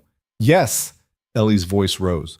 "I would have said no because I don't want to be someone's charity project. I don't want to be the poor waitress that some rich guy decided to save. I wanted to earn it myself, to know that I got somewhere because I was good enough, not because someone pulled strings behind my back." "You're good enough. You placed 3rd against people who've been cooking professionally for years. You did that, not me." "But I'll never know that for sure now, will I? I'll always wonder if the judges were told to go easy on me, if the scholarship committee was nudged in my direction, if any of it was actually real." Landon hadn't thought about it that way. hadn't considered that his help might feel like theft instead of generosity. I'm sorry. Stop saying that. What do you want me to say? Ellie sat back down, suddenly looking exhausted. I don't know. Maybe there's nothing you can say. Maybe this is just... She made a helpless gesture. Broken. It doesn't have to be. Landon. Said his name like it hurt. You lied to me about everything. Who you are, where you live, what you do, how much money you have. You let me cook you cheap dinners in my crappy apartment while you probably own half of downtown Chicago. You watched me stress about bills you could pay without thinking. You made me fall in love with someone who doesn't exist. I exist. The person you fell in love with is me. No, he's not. He's some character you created. The real you lives in a penthouse and goes to board meetings and has people who do things for him. The real you would never actually be with someone like me. That stopped Landon cold. You think I'm slumming, aren't you? No, I left that life because it was killing me. The penthouse was empty. The board meetings were meaningless. I had everything anyone could want, and I was miserable. He leaned forward, trying to make her understand. These last 3 months in that tiny apartment with Oliver, eating pizza on the floor and going to your place for dinner and spending time at the diner, that's the happiest I've been since Caroline died. That's real. That matters. Because you chose it, Ellie said quietly. You gotta play it being normal because you knew you could go back anytime. But this is my actual life. I don't get to opt out when it stops being fun. She was right again, and Landon had no defense. I need time, Ellie said finally. I need to think about this without you sitting here looking at me like that. Like what? Like I'm the only thing in the world that matters. It's not fair. Landon stood. Okay, take all the time you need, but Ellie, don't. Oliver misses you. He asked for you all night. Her face crumpled. That's really not fair. I know, but it's true. He left before she could respond, before he could make things worse, before he could see her crying and lose whatever resolve he had left to give her space. Outside, Chicago was waking up, people heading to work, buses running, the city moving forward like nothing had changed. Landon walked back to the Bridgeport apartment and found Oliver awake, sitting on the couch with his stuffed elephant. Did you fix it? Oliver asked. Not yet. Are you going to? I'm going to try. Oliver considered this. What if she doesn't forgive you? Then I'll have to live with that. But what about me? I need her. Landon sat down next to his son, pulled him close. I know you do, buddy, and if there's any way to make this right, I'm going to find it. But some things take time. How much time? I don't know. Oliver was quiet for a moment, then, we should go back to the big apartment. What? If she doesn't want to see you because you lied, then maybe you should stop lying. Be who you really are. Out of the mouths of children. You're very smart. You know that? Mrs. Chen says that too. Over the next week, Landon did something he'd been avoiding. He started being himself again. Not completely, not overnight, but in degrees. He went back to Pierce Industries for real, not just for meetings, but to actually run the company. He moved back to the penthouse, which felt cavernous and sterile after the Bridgeport apartment, but was at least honest. He stopped hiding. The board was relieved. His CFO was confused but supportive. Mrs. Chen moved back into her usual role, though she still looked at Landon like he'd disappointed her. And Oliver adjusted the way kids do, bouncing back and forth between the two lives like a tourist in his own existence. He liked the penthouse's game room and the view from his bedroom window. But he also asked about Rosie's diner every day, about whether they could go back, about when he'd see Miss Ellie again. Landon didn't have answers. He tried giving Ellie space. A week passed, then 2. He sent flowers once, which she returned with a note that said, "Please don't." He tried calling, but she didn't pick up. He thought about showing up at the diner, but couldn't bring himself to corner her at work. Instead, he wrote a letter. It took him 3 days and a dozen drafts. He wrote it longhand, on real paper, because typing it felt too impersonal. He told her everything, about Caroline's death, and his loneliness, and the plan that had seemed brilliant in his grief-soaked desperation. About falling for her slowly, and then all at once. about Oliver's drawings with people missing, about how the lie had started as protection and become a prison.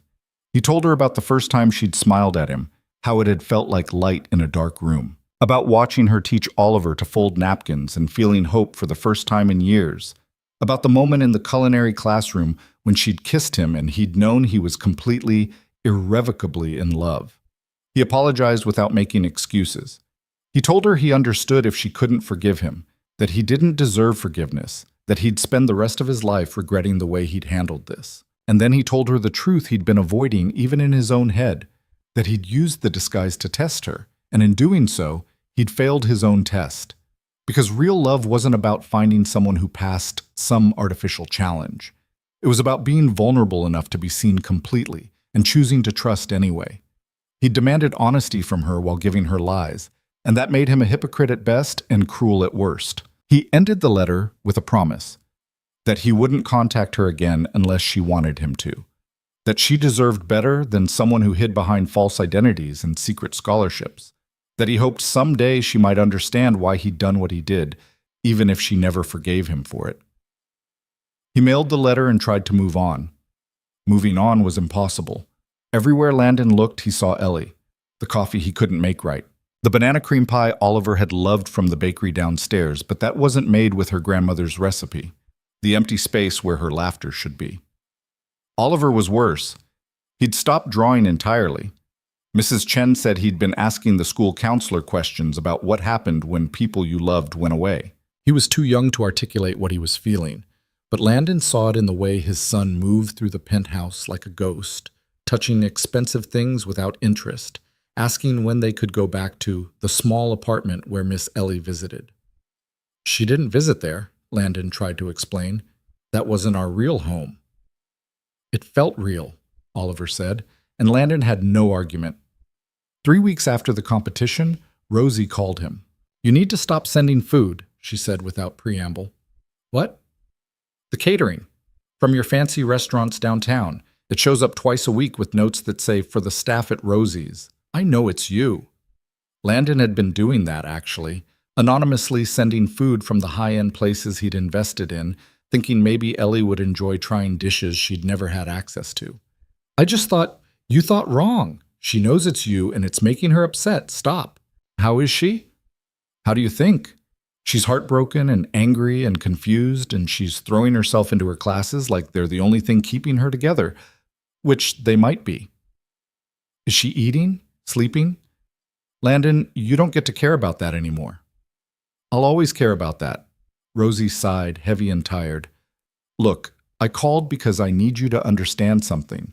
Ellie's been hurt before. I don't know all the details because she doesn't talk about it, but I know her dad left when she was a kid and her mom died, and her grandmother worked herself to death trying to keep them afloat.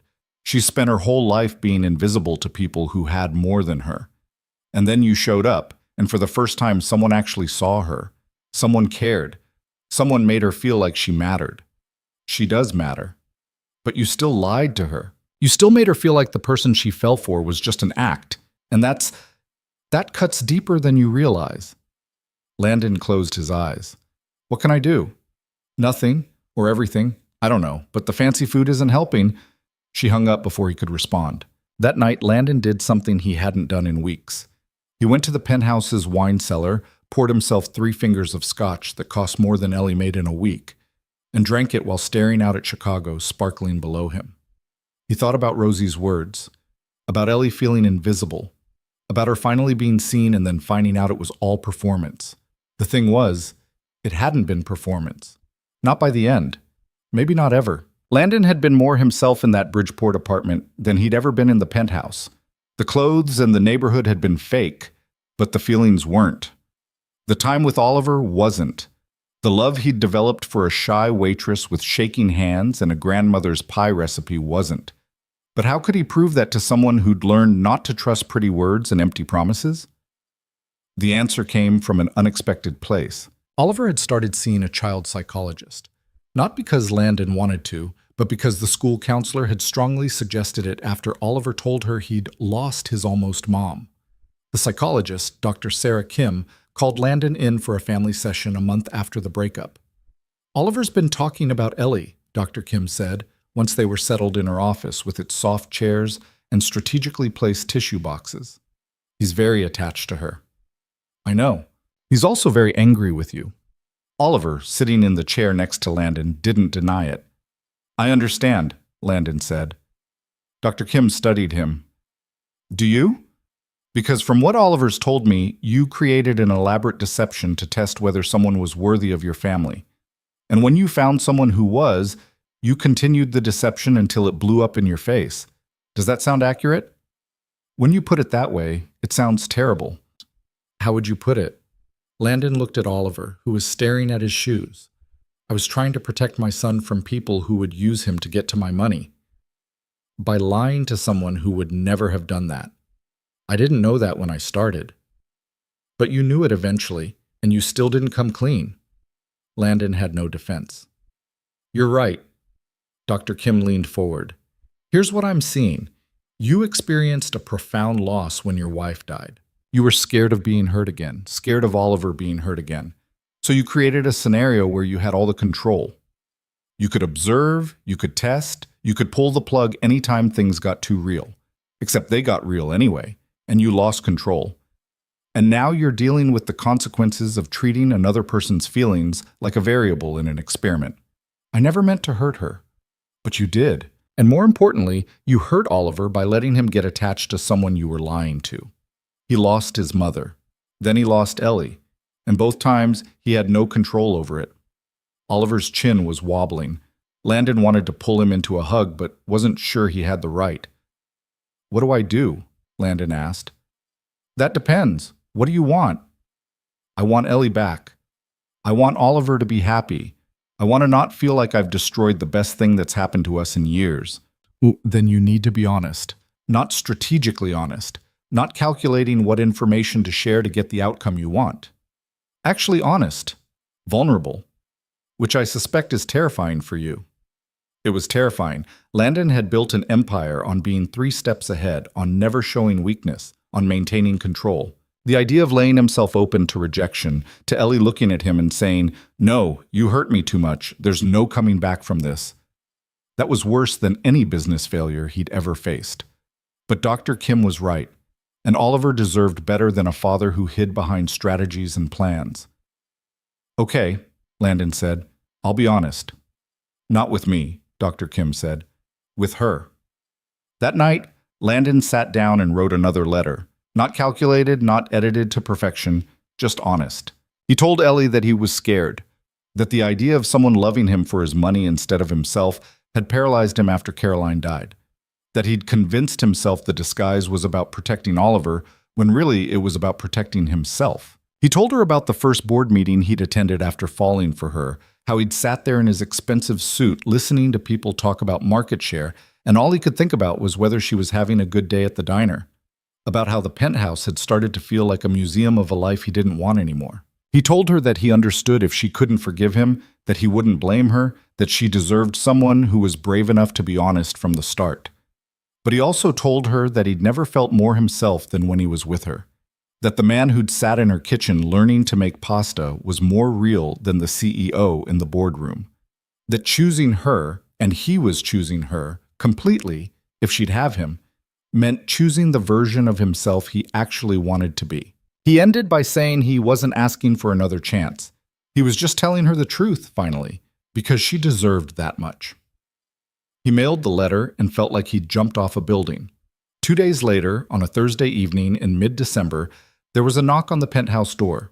Landon answered it to find Ellie standing in the hallway, wearing her coat and looking nervous and holding both letters he'd sent. "Hi," she said. "Hi. Can I come in?" Landon stepped aside. Ellie walked into the penthouse and stopped, taking in the view, the expensive furniture, the art on the walls, all the wealth that Landon had been hiding. Her expression was unreadable. "This is where you really live," she said. "Yes. Wow. It's empty." She turned to look at him. "Your letters. You don't have to respond. I just wanted you to know." "Landon, stop. Let me talk." He stopped. Ellie took a breath. "I've been so angry. For weeks I've been furious at you for lying, for manipulating the situation, for making me feel stupid, and I had a right to be angry. You did lie. You did manipulate things. I know, but she held up the letters. I've also been reading these over and over, and I talked to Rosie, and I talked to my therapist. Yes, I started seeing a therapist because of this whole mess, and I've been trying to figure out if there's any way past this. Landon's heart was beating so hard he could feel it in his throat. And I don't know, because here's the thing, the person I fell in love with, the guy who brought his kid to the diner and asked about my day and ate my experimental recipes and made me feel seen, that person felt real to me. But was he? Yes, everything I felt was real. The way I looked at you, the way I cared about you and Oliver together, the way I fell in love with you, none of that was fake. But the circumstances were. And that matters. I know it matters. Ellie walked to the window, looked out at the city. When I was growing up, my grandmother used to say that people show you who they are when they think no one's watching. And I thought I was seeing the real you in those moments. When you were patient with Oliver, when you listened to me talk about my dreams, when you didn't make me feel small. But you were watching the whole time. You were testing me. Not by the end. By the end, I was just there, with you, wanting to be with you. But I'll never know for sure when it stopped being a test and started being real. Landon crossed the room to stand near her, not touching, but close. December 3rd. What? You asked when it stopped being a test. December 3rd. We were at your apartment and you were teaching Oliver to make whipped cream by hand, and he got it everywhere, and you were laughing, and I looked at you and thought, I love her. Not, she's good with my kid, or she passes the test. Just, I love her. Ellie's eyes filled with tears. You remember the exact date. I remember everything about that night. You were wearing a red sweater with a hole in the sleeve. You'd burned the first batch of cookies and made Oliver promise not to tell Rosie. You had flour in your hair, and I knew I was in too deep, that I should tell you the truth, but I was terrified of losing you. So you lied for 2 more weeks. Yes, and I'm sorry. I'm so sorry. Ellie wiped at her eyes. I want to believe you. I want to believe that what we had was real. But Landon, how do I trust you? How do I know you won't lie to me again when it's convenient? You don't. I can't prove it. I can only tell you that I will spend the rest of my life being honest with you about everything, even when it's uncomfortable, even when it would be easier to hide. The rest of your life is a long time. I know. I'm just a waitress with big dreams and a tiny apartment. You're this. She gestured at the penthouse. This is your real life, private jets and board meetings and wealth I can't even imagine. How would that even work? However you want it to work. I'll sell the penthouse, move to Bridgeport for real. I'll step back from the company, spend more time with you and Oliver. Or we can live here and you can have your own space, and we'll figure it out together. I don't care about the logistics. I just care about you. Ellie shook her head. You can't sell the penthouse. You can't walk away from your company. That's not a solution. That's you trying to prove something by making grand gestures. Then what do you want? I want honesty, real honesty. I want you to be yourself, the billionaire CEO yourself, and let me decide if I can love that person too. Because I fell for the guy in the Bridgeport apartment, but that was only part of you, and I need to know if the whole you is someone I can be with. It was fair. It was more than fair. It was also terrifying in a way that corporate takeovers and hostile boards had never been. Okay, Landon said. Ask me anything. No more hiding. Ellie looked at him for a long moment, considering. Then she said, Where's Oliver? In his room. Why? Because if I'm going to figure this out, I need to see him. I miss him. And just like that, Landon felt the first crack of light in weeks of darkness. Oliver's room in the penthouse was nothing like his room in the Bridgeport apartment. Here he had wall-to-wall bookshelves, a bed shaped like a race car that he'd stopped sleeping in because it felt too big, and a window that overlooked the entire city. Landon found him sitting on the floor with his stuffed elephant, building something elaborate out of blocks that looked more like a fortress than anything playful. Buddy, someone's here to see you. Oliver didn't look up. I don't want to see anyone. Not even Miss Ellie? The blocks clattered as Oliver dropped them. He turned around so fast he almost fell over, his eyes going wide. She's here? In the living room. Oliver scrambled to his feet and ran past Landon before he could say anything else.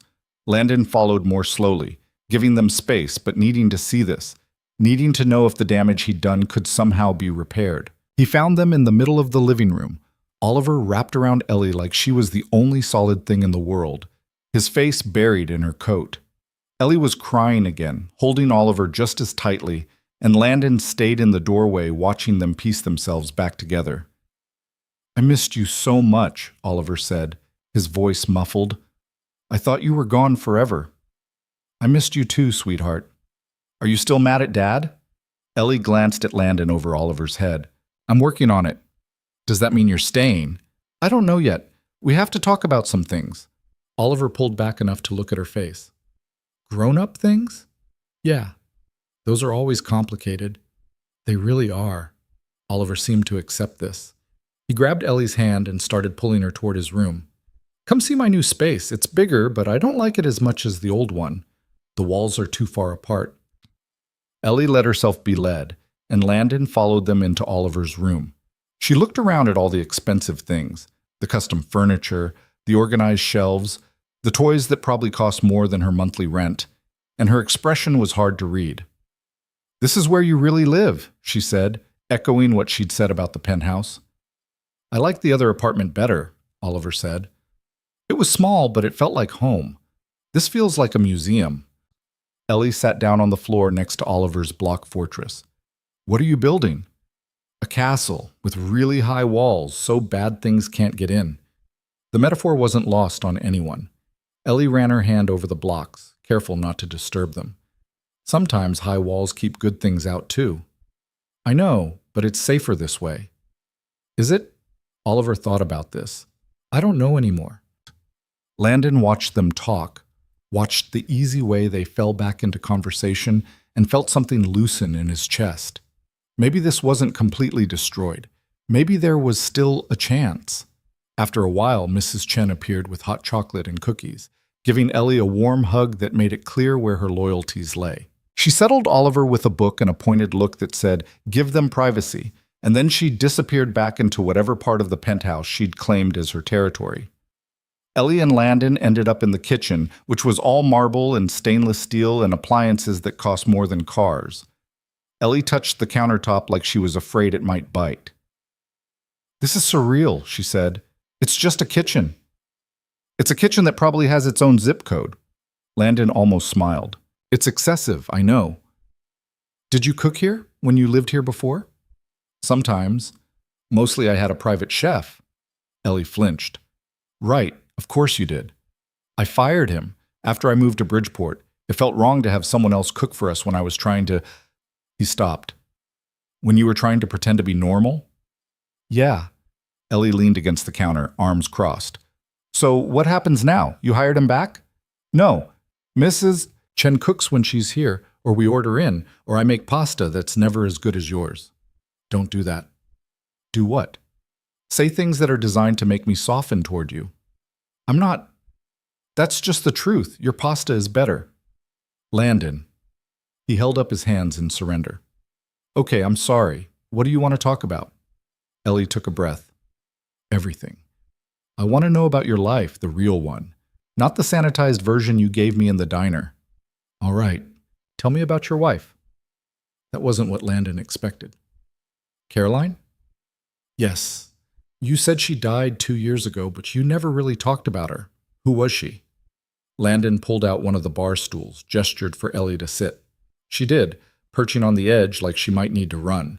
He sat across from her and tried to figure out where to start. "We met in college. She was pre-med. I was in computer science. We had a philosophy class together, and she thought my arguments were terrible." "Were they?" "Probably. I was 20 and thought I knew everything." Landon smiled at the memory. "She was smarter than me, kinder than me, better at reading people. She kept me grounded when I started the company, reminded me there were more important things than quarterly earnings." "Did you love her?" "Yes. Not the same way I love you, but yes." Ellie's expression flickered. "Different how?" "We were kids when we got together. We grew up together, built a life together. It was comfortable and good and exactly what I needed at the time. But we argued a lot about work, about priorities, about whether I was spending too much time at the office. She wanted me to slow down, to be more present, and I kept thinking there'd be time for that later. But there wasn't. No, she had a brain aneurysm while she was grocery shopping. Just collapsed in the middle of the produce section. They said she was probably dead before she hit the floor. Ellie's hand moved across the counter, not quite touching his, but close. I'm sorry. I blame myself for a long time. For all the dinners I'd missed, all the times I'd chosen work over her, all the ways I'd taken her for granted. Is that why you walked away from everything? With Oliver? Partly. I also couldn't stand being in our house anymore, seeing all the places she should have been. And Oliver kept asking for her, and I didn't know how to help him, and I was drowning. So you created a different life. Yes. Ellie was quiet for a moment.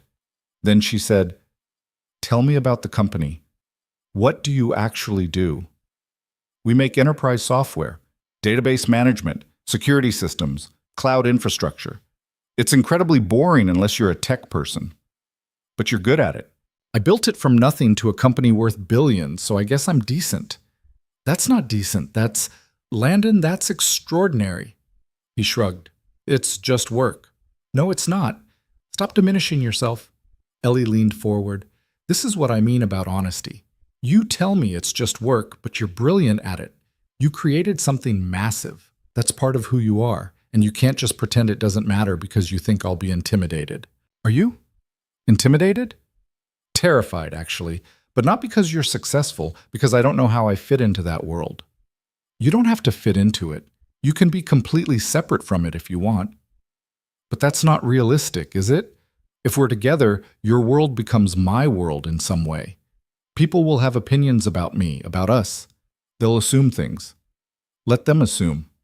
Easy for you to say. You're used to people having opinions about you.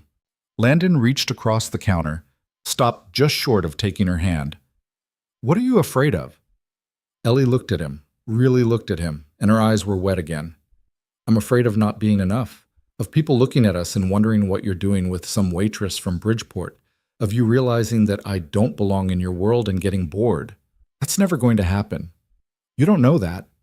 I do. Because the world you're talking about, the galas and the society pages and the people who care about status, I hate that world. I've always hated it. Caroline hated it too. We used to skip events and hide in our apartment and pretend we were normal people. But you're not normal people. You're this. She gestured at the penthouse again. The penthouse doesn't define me. The money doesn't define me. This is just stuff, Ellie. It doesn't mean anything. It means something to people who don't have it. You're right. I'm sorry.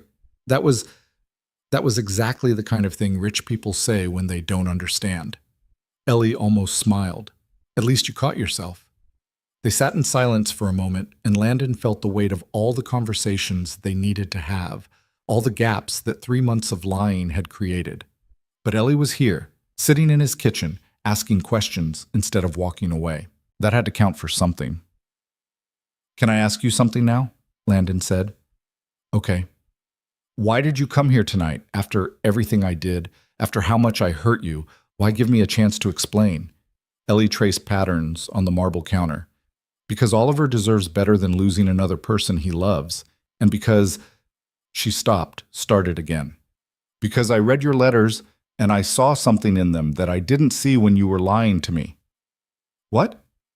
Vulnerability. You weren't trying to manage my reaction or control the narrative. You were just honest. Scared and sorry and honest. And I thought maybe if you could write that, maybe you could actually be that in person too. I can. I will. I promise. Don't promise. Just do it. Over the next hour, they talked about everything. Landon told her about the board meetings and the corporate politics and the pressure of running a company that employed thousands of people. He told her about the investments and the charitable foundations and the wealth he'd accumulated almost by accident because he'd been too busy building things to spend money. He told her about the loneliness of success, how the higher he climbed, the fewer people he could trust, until everyone around him felt like they wanted something. Ellie listened without interrupting, and when he finished, she said, I get it now. Why you did what you did. You do? I don't agree with it. I'm still hurt by it, but I understand the impulse to want someone who sees you instead of what you have. That's all I wanted. Just to be seen. But Landon, you have to understand, I need to be seen too. And when you were pretending to be poor, when you were hiding this whole part of your life, you weren't really seeing me either. That hit harder than it should have. What do you mean? You saw me as this kind, genuine person who wouldn't care about money. But that's not all of who I am. I'm also someone who's been poor her whole life, who's had to fight for everything, who has complicated feelings about wealth and class and people who have what I don't. You didn't want to see that part because it might have complicated your test. You're right. I'm scared of your money, Landon. I'm scared it'll change me, or that people will think I'm with you because of it, or that I'll start to rely on it and lose myself. Those are real fears, and you need to take them seriously instead of just saying they don't matter. How do I do that? I don't know yet, but we figure it out together, or we don't figure it out at all. Fair enough. They talked until late, until Oliver came out rubbing his eyes and asking if Ellie was staying for dinner. She looked at Landon, and he tried not to let his hope show too obviously, and she said, "Maybe just for dinner." Mrs. Chen ordered Thai food because nobody trusted the kitchen for actual cooking yet, and they ate on the floor of the living room because Oliver insisted it was better that way. Ellie relaxed incrementally, laughing at Oliver's stories about school, helping him build a better block fortress, letting Landon catch her eye across the scattered takeout containers.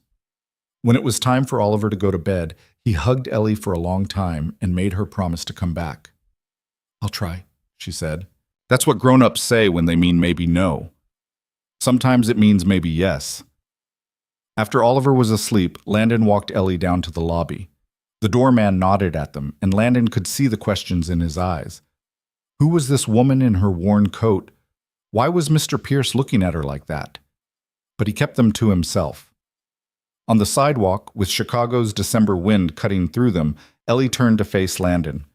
"I can't promise this is going to work," she said. "I know.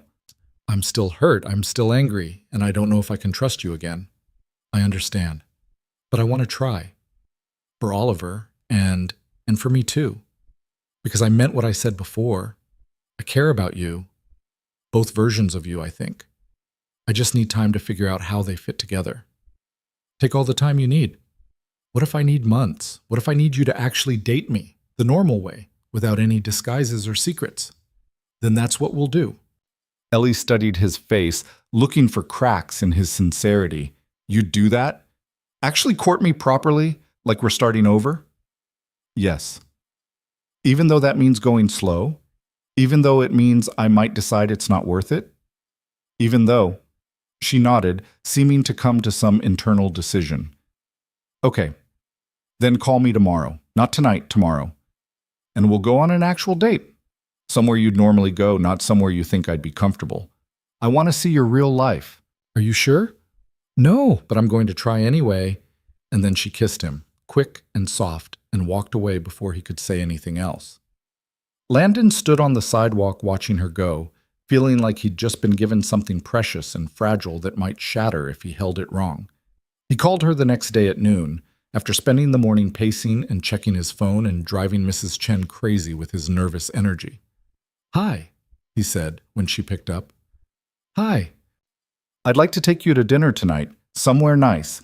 Very nice, actually. Is that okay?" "Where?" "Alinea. I know the chef. He can get us a table." There was a pause, then, "That's one of the best restaurants in the country." "I know." "Landon, I can't afford..." "You're not paying. I'm taking you out. This is a date." Another pause. "I don't have anything to wear to a place like that." "Wear whatever you want. You'll be the most beautiful person there regardless." You can't just say things like that." "It's true." "Landon." "Sorry, too much?" "A little." But he could hear the smile in her voice. "What time?" "I'll pick you up at 7. He showed up at her apartment at 6:50 in a town car because driving himself felt too casual and the Bridgeport neighborhood didn't have parking anyway. Ellie came down wearing a simple black dress that she'd probably owned for years. And she was right. She didn't look like she belonged at Alinea. She looked better than anyone who would be there, prettier and more real than all the society women in their designer gowns. "You look incredible." Landon said. Ellie blushed. You have to say that. I really don't. The restaurant was everything Ellie had probably expected. Hushed and elegant and full of people who talked in low voices about things that didn't matter. The meal was 23 courses of molecular gastronomy and artistic presentation, each dish more elaborate than the last. Landon watched Ellie taste everything with the focused attention she brought to all food, analyzing flavors and techniques and presentation. What do you think? He asked after the 7th course. It's extraordinary. The precision, the creativity, it's like edible art. But, she smiled, but I miss flavor. I miss food that makes you feel like someone's grandmother made it with love. This is impressive, but it's not comforting. That's exactly what Caroline used to say. She hated these places. Did you bring her here? Once, she spent the whole meal making up stories about the other diners and trying to make me laugh. The staff was not amused. I like her. She would have liked you too. After dinner, Landon asked if she wanted to go anywhere else, but Ellie said she just wanted to walk. So they walked through downtown Chicago in December, past store windows decorated for Christmas, past couples taking selfies in front of the lights, past street musicians and late-night diners and all the life that happened after dark. Thank you for tonight, Ellie said, for not hiding your world from me. Thank you for giving me a chance to show it to you. Can I ask you something? Anything. Do you actually like that restaurant, or was it just showing me what your life looks like? Landon thought about it. Honestly, I'm usually too worried about whether I'm enjoying it correctly to actually enjoy it. I go because it's what people expect, because it's where deals get made, because it signals success. That sounds exhausting. It is. Then why do you do it? Because I thought that was part of being successful. Having the right house, eating at the right restaurants, knowing the right people. But you don't actually care about any of that. No. Ellie stopped walking. They were standing in front of a late-night pizza place, the kind with plastic tables and grease-stained menus, and a neon sign that said "Open" in flickering letters. Can we get pizza? After a 23-course tasting menu? I'm still hungry. All those courses were beautiful, but I could fit each one on a spoon. Landon laughed, really laughed, and they went into the pizza place and ordered 2 slices and sat at a plastic table, and it was better than Alinea, better than any fancy restaurant he'd been to, because Ellie was laughing, relaxed, herself in a way she hadn't been in the hushed elegance of the expensive place. This is more like it, she said, taking a bite of pizza that was all cheese and grease and absolutely no molecular gastronomy. Your trouble, you know that? Good trouble or bad trouble? The best kind. They went on dates like that for weeks. Landon took her to the opera, and she fell asleep in the 3rd act. He took her to a gallery opening, and she spent the whole time talking to the artist about technique instead of networking with potential buyers. He took her to a charity gala, and she hid in the bathroom for 20 minutes because someone asked what she did, and she'd said, "I'm a student," and they'd looked at her like she'd admitted to being a waitress, which she was. Still.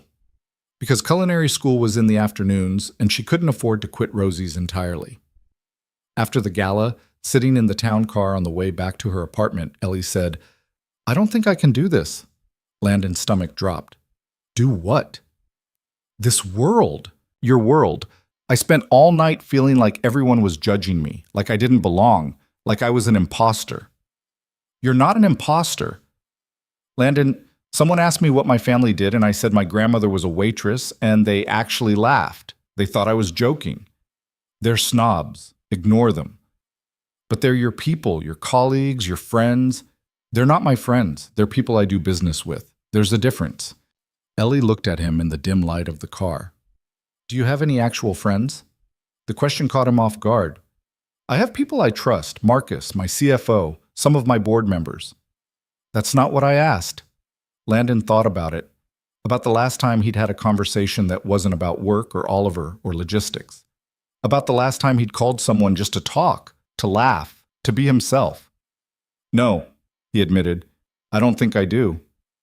That's really sad. I know. What happened to your college friends, your old life?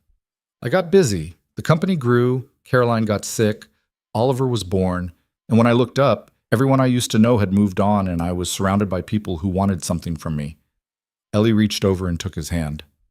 I'm sorry. Don't be. That was my choice. Still. They sat in silence for a while. Then Ellie said, I want to introduce you to my life. The real one, not the version you saw when you were pretending. Okay? Tomorrow.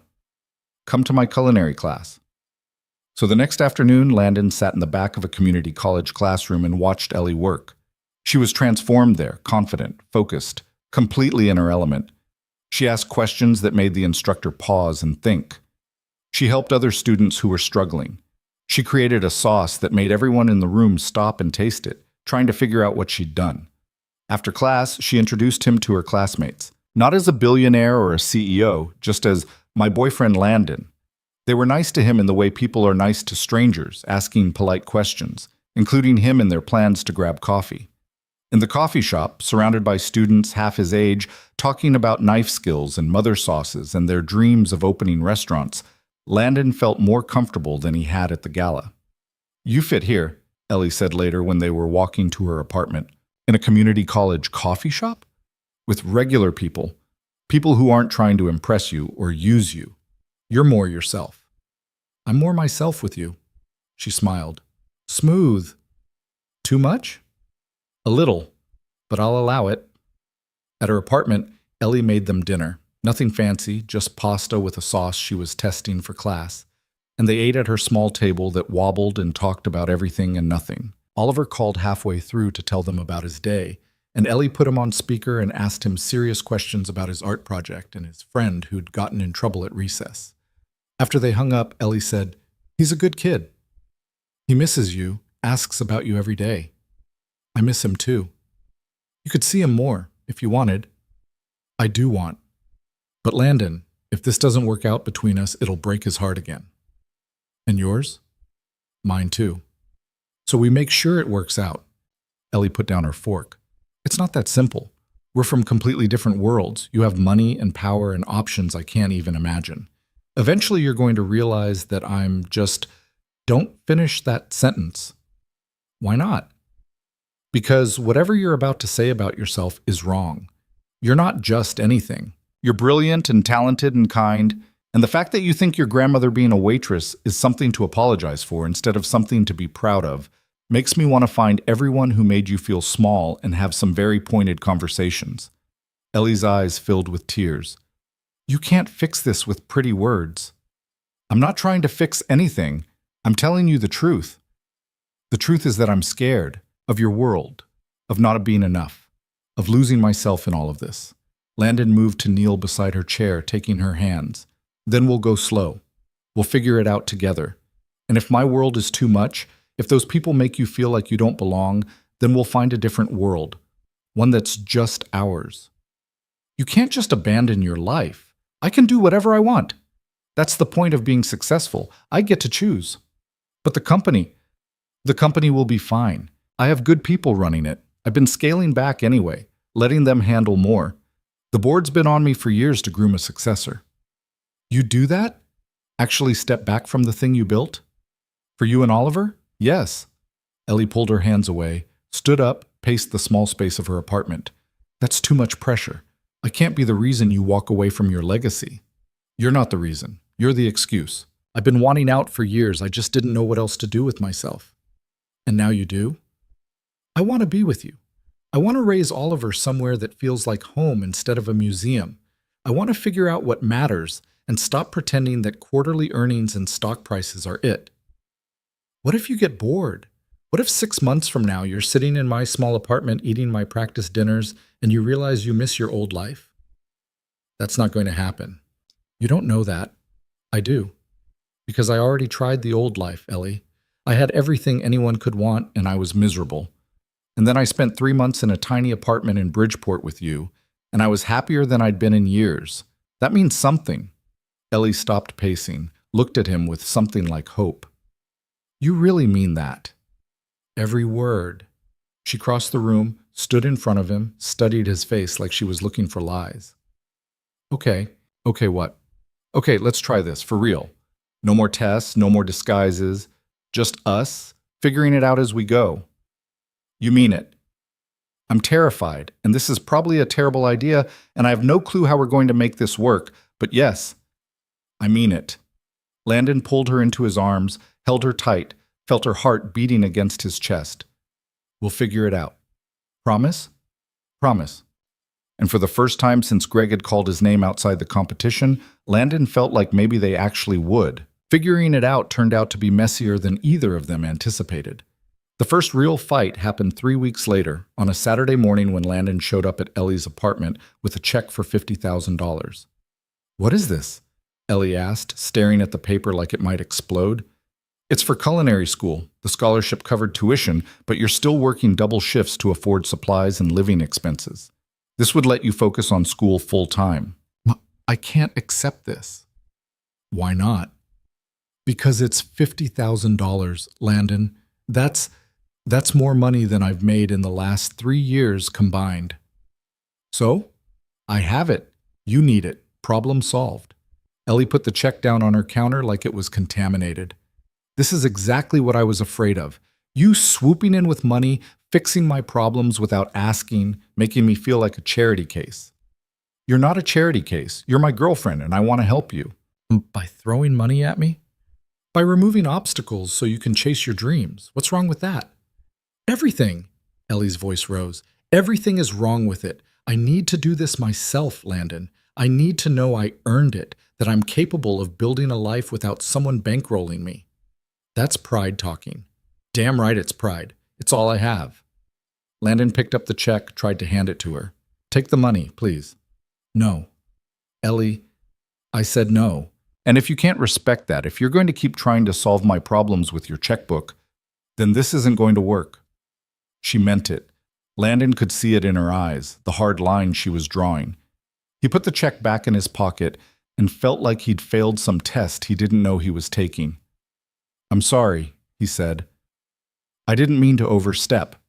But you did, and you'll do it again because you're used to fixing things with money. That's how your world works.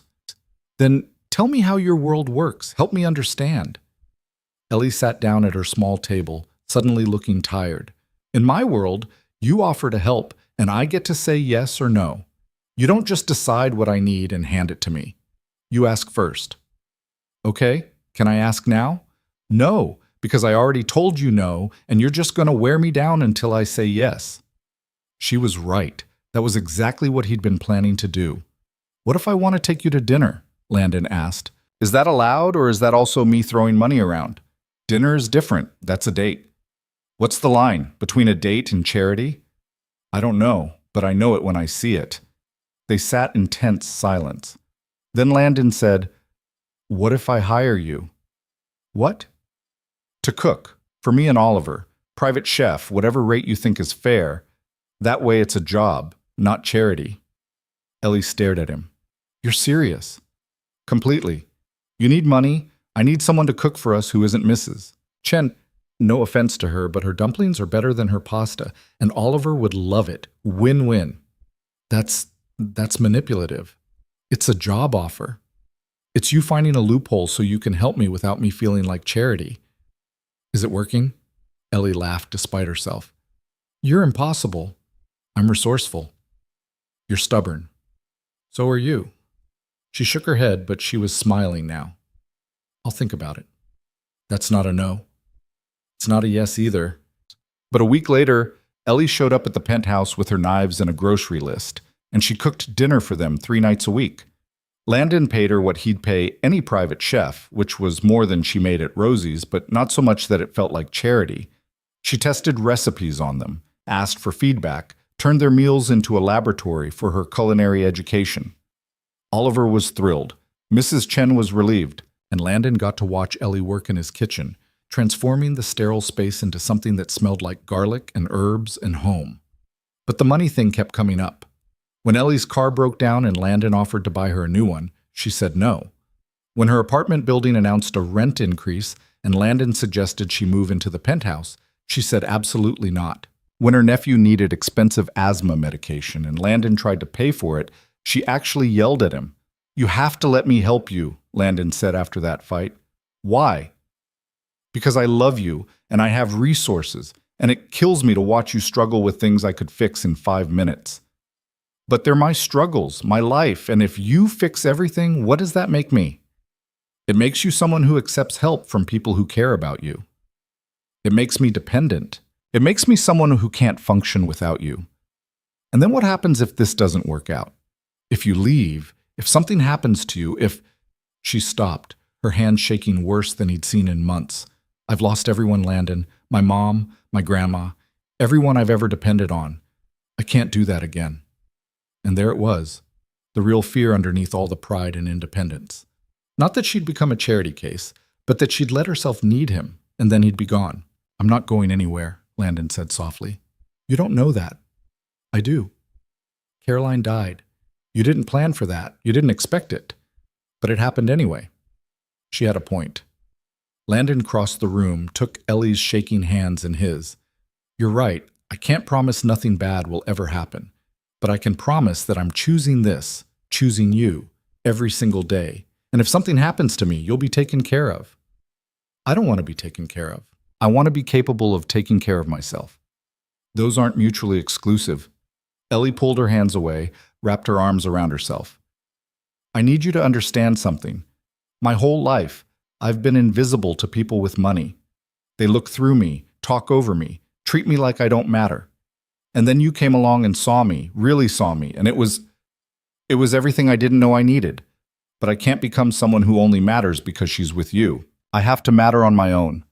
You do matter on your own.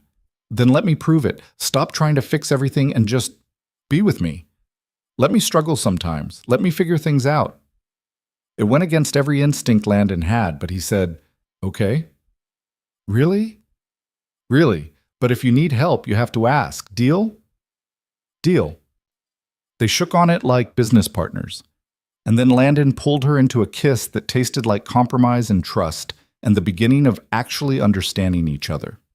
The second big fight happened a month later, when Landon's company made the news for a merger that would increase its value by billions.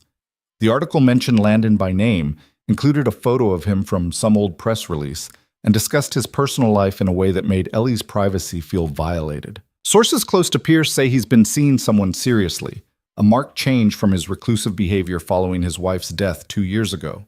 She read aloud from her phone. They've been spotted at various restaurants around Chicago, though Pierce has kept his companion's identity private. I didn't talk to them, Landon said. I never talked to them. But someone did. Someone you know is talking about me to reporters. They're not talking about you specifically. They don't even have your name. Yet. How long before someone connects the dots? Before there's a photographer outside my apartment or showing up at Rosie's? Landon wanted to say it wouldn't happen, but he'd seen how these things went. Someone would eventually get curious enough to dig, to follow him, to piece together who the mystery woman was. I'll hire security. That's not the point. Then what is the point? The point is that your life is public in a way mine never has been, and I don't know if I can handle that. They were in the penthouse, standing in the living room where they'd had their first honest conversation months ago. Ellie looked small against the backdrop of floor-to-ceiling windows and expensive art, and Landon realized she was right to be scared. His world would eventually swallow her privacy whole if she let it. We could go away, Landon said. Leave Chicago. I could sell the company, and we could move somewhere quiet where nobody knows us. You can't sell your company. I could. Landon, stop. Stop offering to burn down your life for me. It's not burning it down. It's choosing what matters. But that's the problem. You keep choosing me over everything else, and eventually you're going to resent me for it. That's not true. It is. You say you're happy giving things up, but you built that company from nothing. You're proud of it, even if you don't admit it, and asking you to walk away from it, to hide from your own success, that's not fair to either of us. Landon sat down on the couch, feeling the weight of everything they were trying to navigate. So what do we do? Ellie sat next to him, not touching, but close. We figure out how to live in your world without me disappearing into it. You keep running your company because it's part of who you are. And I keep building my career because it's part of who I am. And we find a way to be together that doesn't require either of us to become someone we're not. That sounds difficult. Most good things are. She was right again. Ellie had a habit of being right about things that Landon wanted to argue with, but couldn't. "I'm scared too," he admitted, "that this won't work, that my world will be too much for you, that you'll wake up one day and realize being with me isn't worth all the complications." "Then we're both scared. Good. We can be scared together." That became their new normal, being scared together. Ellie started seeing a therapist twice a week to work through her anxiety about money and class and whether she belonged in Landon's life. Landon kept seeing Dr. Kim to work through his control issues and his fear of losing people he loved. They had hard conversations about what their future could look like, what compromises they could both live with, what lines they wouldn't cross. And slowly, in increments too small to notice day to day, they built something real. Oliver helped. He was the bridge between them, the reason they kept trying when things got hard.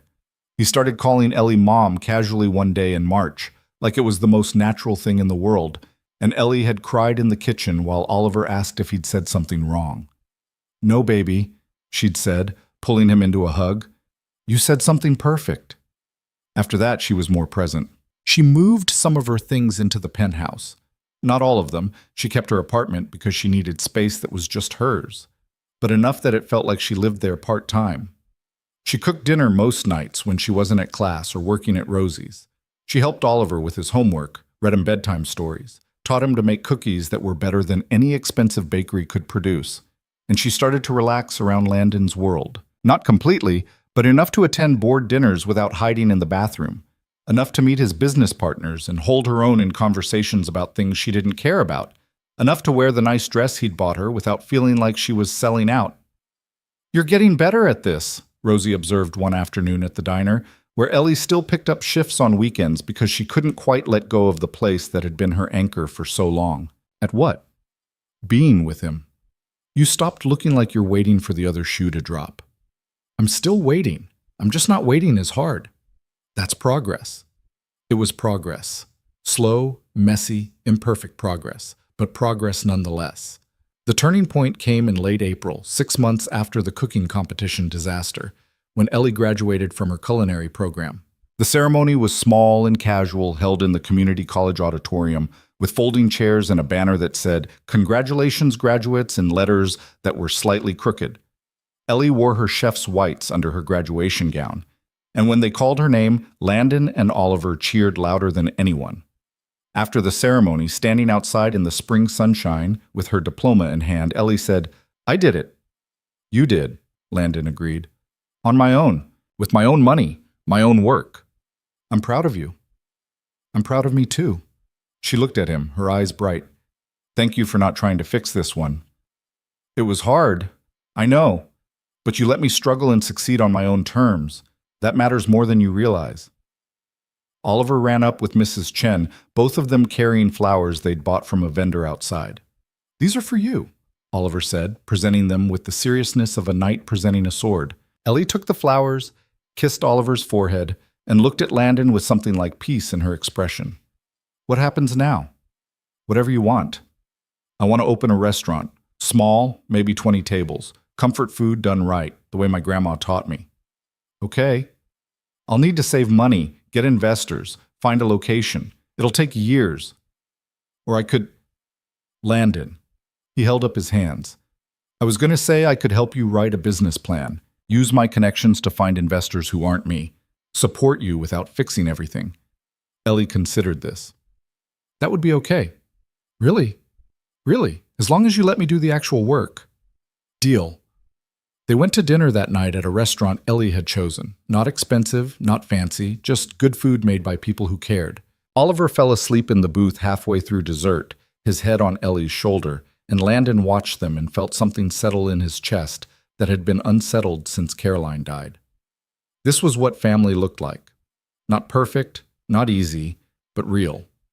Built on honesty instead of tests, on trust instead of control, on two people choosing each other even when it was hard. "What are you thinking about?" Ellie asked. "How lucky I am." "Don't get sappy on me. Too late." She smiled, reached across the table to take his hand. "I love you. Even when you're annoying with your money and your need to fix everything. I love you too. Even when you're stubborn about accepting help. We're a mess, aren't we? The best kind of mess." The restaurant plans took longer than expected. Ellie spent a year working at various high-end restaurants to learn how professional kitchens operated, how to manage staff, how to turn her grandmother's recipes into dishes that could be made at scale. She saved every penny she made, kept detailed notes, refined her concept until it was something investors could believe in. Landon helped where he was allowed to help, connecting her with restaurant owners he knew, reviewing her business plan, offering advice when she asked for it. But he let her drive, let her make mistakes, let her build something that was entirely hers. They got engaged on a Tuesday, unceremoniously, in her apartment over takeout Chinese food. Landon didn't do the grand gesture thing because Ellie would have hated it. He just said, "Will you marry me?" And she said yes, obviously, and they told Oliver the next morning over pancakes. "Does this mean Ellie's my mom for real now?" Oliver asked. "If that's okay with you," Ellie said. "It's extremely okay." The wedding was small, just family and close friends held at Rosie's diner because that's where they'd met, where everything had started. Rosie cried through the whole ceremony. Mrs. Chen gave a speech about how she'd known from the beginning that Ellie was the one, which was a lie, but a sweet one. Oliver was the ring bearer and took his job so seriously that everyone laughed and cried at the same time. Landon wore a suit, but not one of his expensive ones. Something simple that fit the setting. Ellie wore a dress from a vintage shop, cream-colored and simple, with her grandmother's pearls.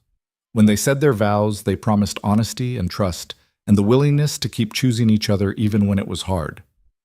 "No more disguises," Landon promised.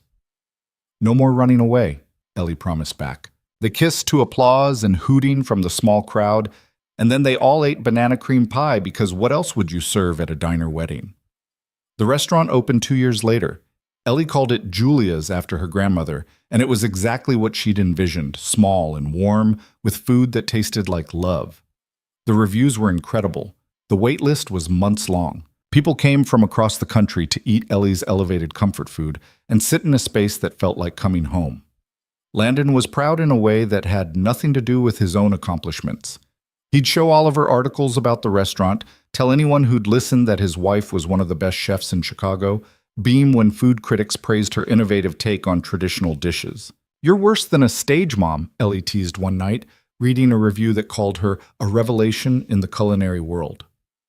"I'm proud of you. Sue me. You helped make this happen." "You made this happen. I just provided support." "You did more than that. You believed in me when I didn't believe in myself." That's what families do. And they were a family now, fully and completely. Oliver was 8, thriving in school, drawing pictures of 3 people with no empty spaces. Ellie was successful and confident, her shaking hand steady in the kitchen she'd built. And Landon had learned that loving someone meant letting them be themselves, meant supporting without controlling, meant being vulnerable enough to need them as much as they needed him. Sometimes, late at night when Oliver was asleep and the restaurant was closed and they were alone in the penthouse that felt less empty now, Landon would think about that rainy evening when he'd first walked into Rosie's diner, about the plan that seemed so brilliant in his grief and desperation, about how close he'd come to losing everything because he'd been too scared to be honest. "What would you have done?" he asked Ellie one of those nights. "If I'd walked in as myself from the beginning, as Landon Pierce, Billionaire CEO. Ellie thought about it. "I probably would have assumed you were lost, that someone like you wouldn't be in a place like Rosie's.